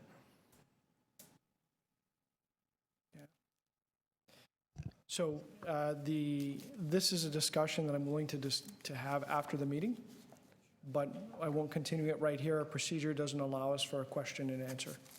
Okay, so there was no objections. I just want to make that clear. I can't clarify that for you. Our procedure doesn't allow that. Well, no, I'm just like, nobody has heard anyone object, so I'm just making it clear nobody objected. So I just... Thank you for speaking to us.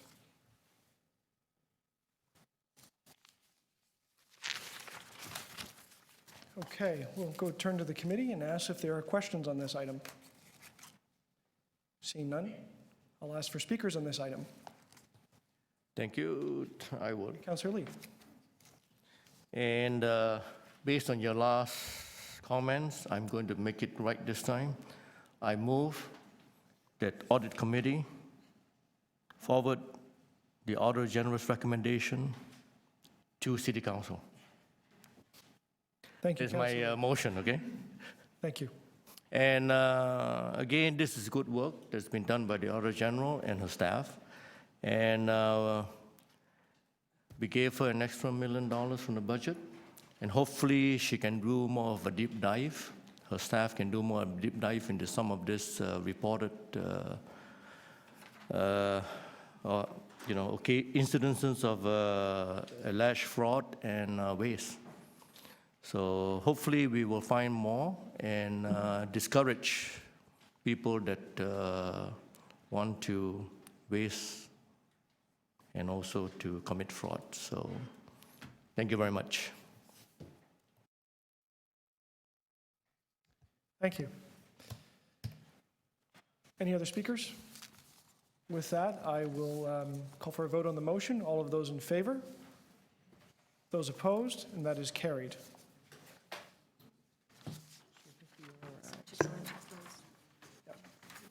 So that was our last item, other than going into closed session. It would be AU 8.3, detection of warning signs for potential bid rigging should be strengthened. So it's clear that we have some questions. Okay. I move that we go into confidential in camera.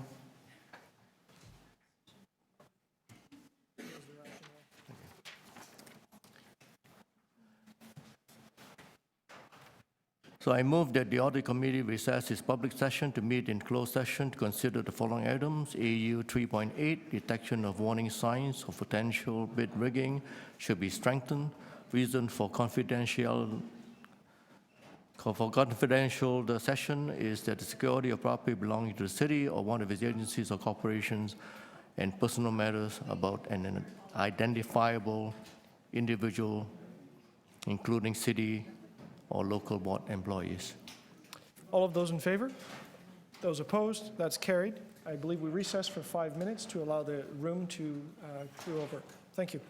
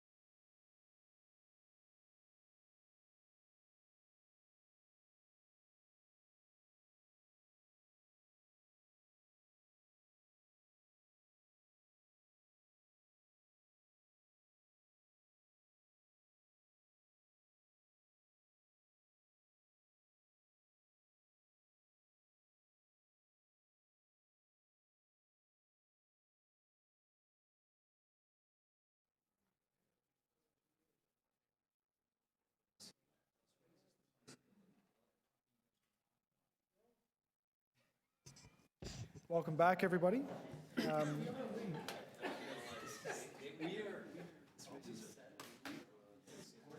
The Audit Committee has completed its closed session. Consideration of the confidential information related to the following item, AU 8.3, detection of warning signs for potential bid rigging should be strengthened. No motions were made during the closed session. We will now proceed with the public debate on these items. The first speaker I have is Councillor Matlow.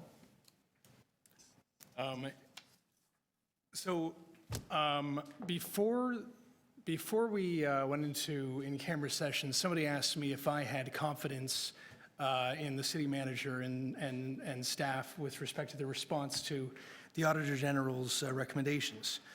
And my response at that time was, well, they certainly gave a lot of reassurance and spoke very confidently about the work that they are doing and will do to address the recommendations. But I can't yet say I'm confident because I haven't had an opportunity to ask, well, to receive detailed answers to the questions that I posed. I can tell you now that I feel a great deal of confidence in what the city manager has done and what staff have done to respond to very serious concerns that have been raised. And their work isn't over yet. Their work, I believe, is going to continue for a long time, unfortunately. But it's necessary work because we need to ensure that there is public trust in the way that tax dollars are spent in this institution, but also that wrongdoing is addressed and that necessary actions are taken. I'm incredibly distressed by what we learned through the Auditor General's research. This shouldn't happen in Toronto. Suggestions of insidious behavior and nefarious conduct by either internal staff or vendors who we contract is just unacceptable in a city like ours. And you hear about that in other places, it's unacceptable there too, but you don't want to believe it's going to happen here. And when you learn it's happening here, and especially, I mean, just in context, we just had a big budget debate, and we get down to debating, dimes and cents sometimes about what programs we're going to cut or keep open, or, things that are important to people. And it's one thing to see, money being misspent, but to see the potential of money actually being taken from us in the wrong ways. And we will learn whether or not that's happened, but the suggestion of that deeply disturbs me. So I really want to once again commend the Auditor General and her staff for doing this very difficult, very extensive investigation, having to dig through piles of paper. I mean, it's unbelievable that this day and age, I can pick up my phone and order a coffee at a Starbucks somewhere in central China right now, yet we're still using paper in much of the work that we're doing in the City of Toronto. I think we've learned a lesson just on that alone. But certainly the recommendations such as better training, rotating staff so that, again, what I described as insidious relationships can be broken up, and that there can be fresh eyes, fresh views, and certainly breaking up any relationships that might be problematic for us is necessary. More oversight, et cetera. A better system to put in place, I think, is just so important now. And it doesn't stop here. It doesn't stop here. We're just talking about, shaving and paving roads. As acknowledged by the city manager earlier in public session, there's more work to do. There's more divisions to be looked at. And that's why the investment that we've made into the Auditor General and her staff is so necessary. If anyone asked why we did it before budget, now you get it. There's a lot of work that's got to be done, both to provide accountability to gain public confidence in this institution, but also accountability for every dollar that is that's in question right now. So on that note, given that there are many details that we can't discuss, I do want to say that that as distressed and concerned as I am about the information that I've read, I also equally have as much confidence in both the Auditor General's recommendations and the city manager's response. Thank you. Councillor Lee, you wanted to speak as well, and I'll remind you that we are awaiting someone to place the recommendations. Oh, I can do Yes. that too, or he can do that. I think he You finish. indicated Go ahead. earlier. Yeah. I moved the Auditor General's recommendation. So, again, thanking the people that worked on this in the Auditor General's department, as well as the city manager, who has been very cooperative and showed a lot of leadership from the knowledge he had from his other working with the province, and also with the former city solicitor, and Kina Taskowski. I can never remember her long name. But they showed a lot of leadership, and it's part of the Audit Committee to identify, along with working with the Auditor General, to ensure that the systems we have here are robust enough and have the checks and balances in place to detect things that, that small percentage of scam artists out there who could take advantage of a situation of this nature. We may have been scammed or we may have been scammed, but we won't know, and the proof is very hard. As the Auditor General does say in the report, it is very hard to prove whether there was any of that going on. But having followed the Charbonneau event in Quebec, the possibilities are there. So that is why, I fully believe that we need to follow through with this. And also many of these systems that we have in the system and in our city or anywhere else, there are weaknesses, but we don't have time or resources to fix every one of them, so we have to prioritize. And now that we identified the paving contract being one of the ones that are very susceptible, so we're going to work on that. And we also have to follow through and look at our other systems and ensure that they are robust and they need to be fixed, and even at all our agencies as well. Because the crooked mind out there is very inventive. They will find the holes if you leave it open. So it's important for us to continue looking. So thank you again. And thank you for the honor of serving as chair of this, because it's been a very interesting and exciting ride. Thank you. Thank you, Councillor. Any other members of council or the committee wishing to speak? With that, I will just take a brief moment to express my gratitude, and in particular to the auditor for taking the initiative on this. It's a vast and tremendous public service that you've done for the people of Toronto, and recognize all of the work of your staff and that of the city staff that have invested their time and energy in this. I guess throughout the day, listening to some of the presentations, it really began to dawn on me. I guess this is what you would consider a good old-fashioned roll-up-your-sleeves audit, where you literally had to gather boxes and trucks and root through paper from storage rooms and boxes and look at things together. And I guess it really helps me to understand how we got to where we are today.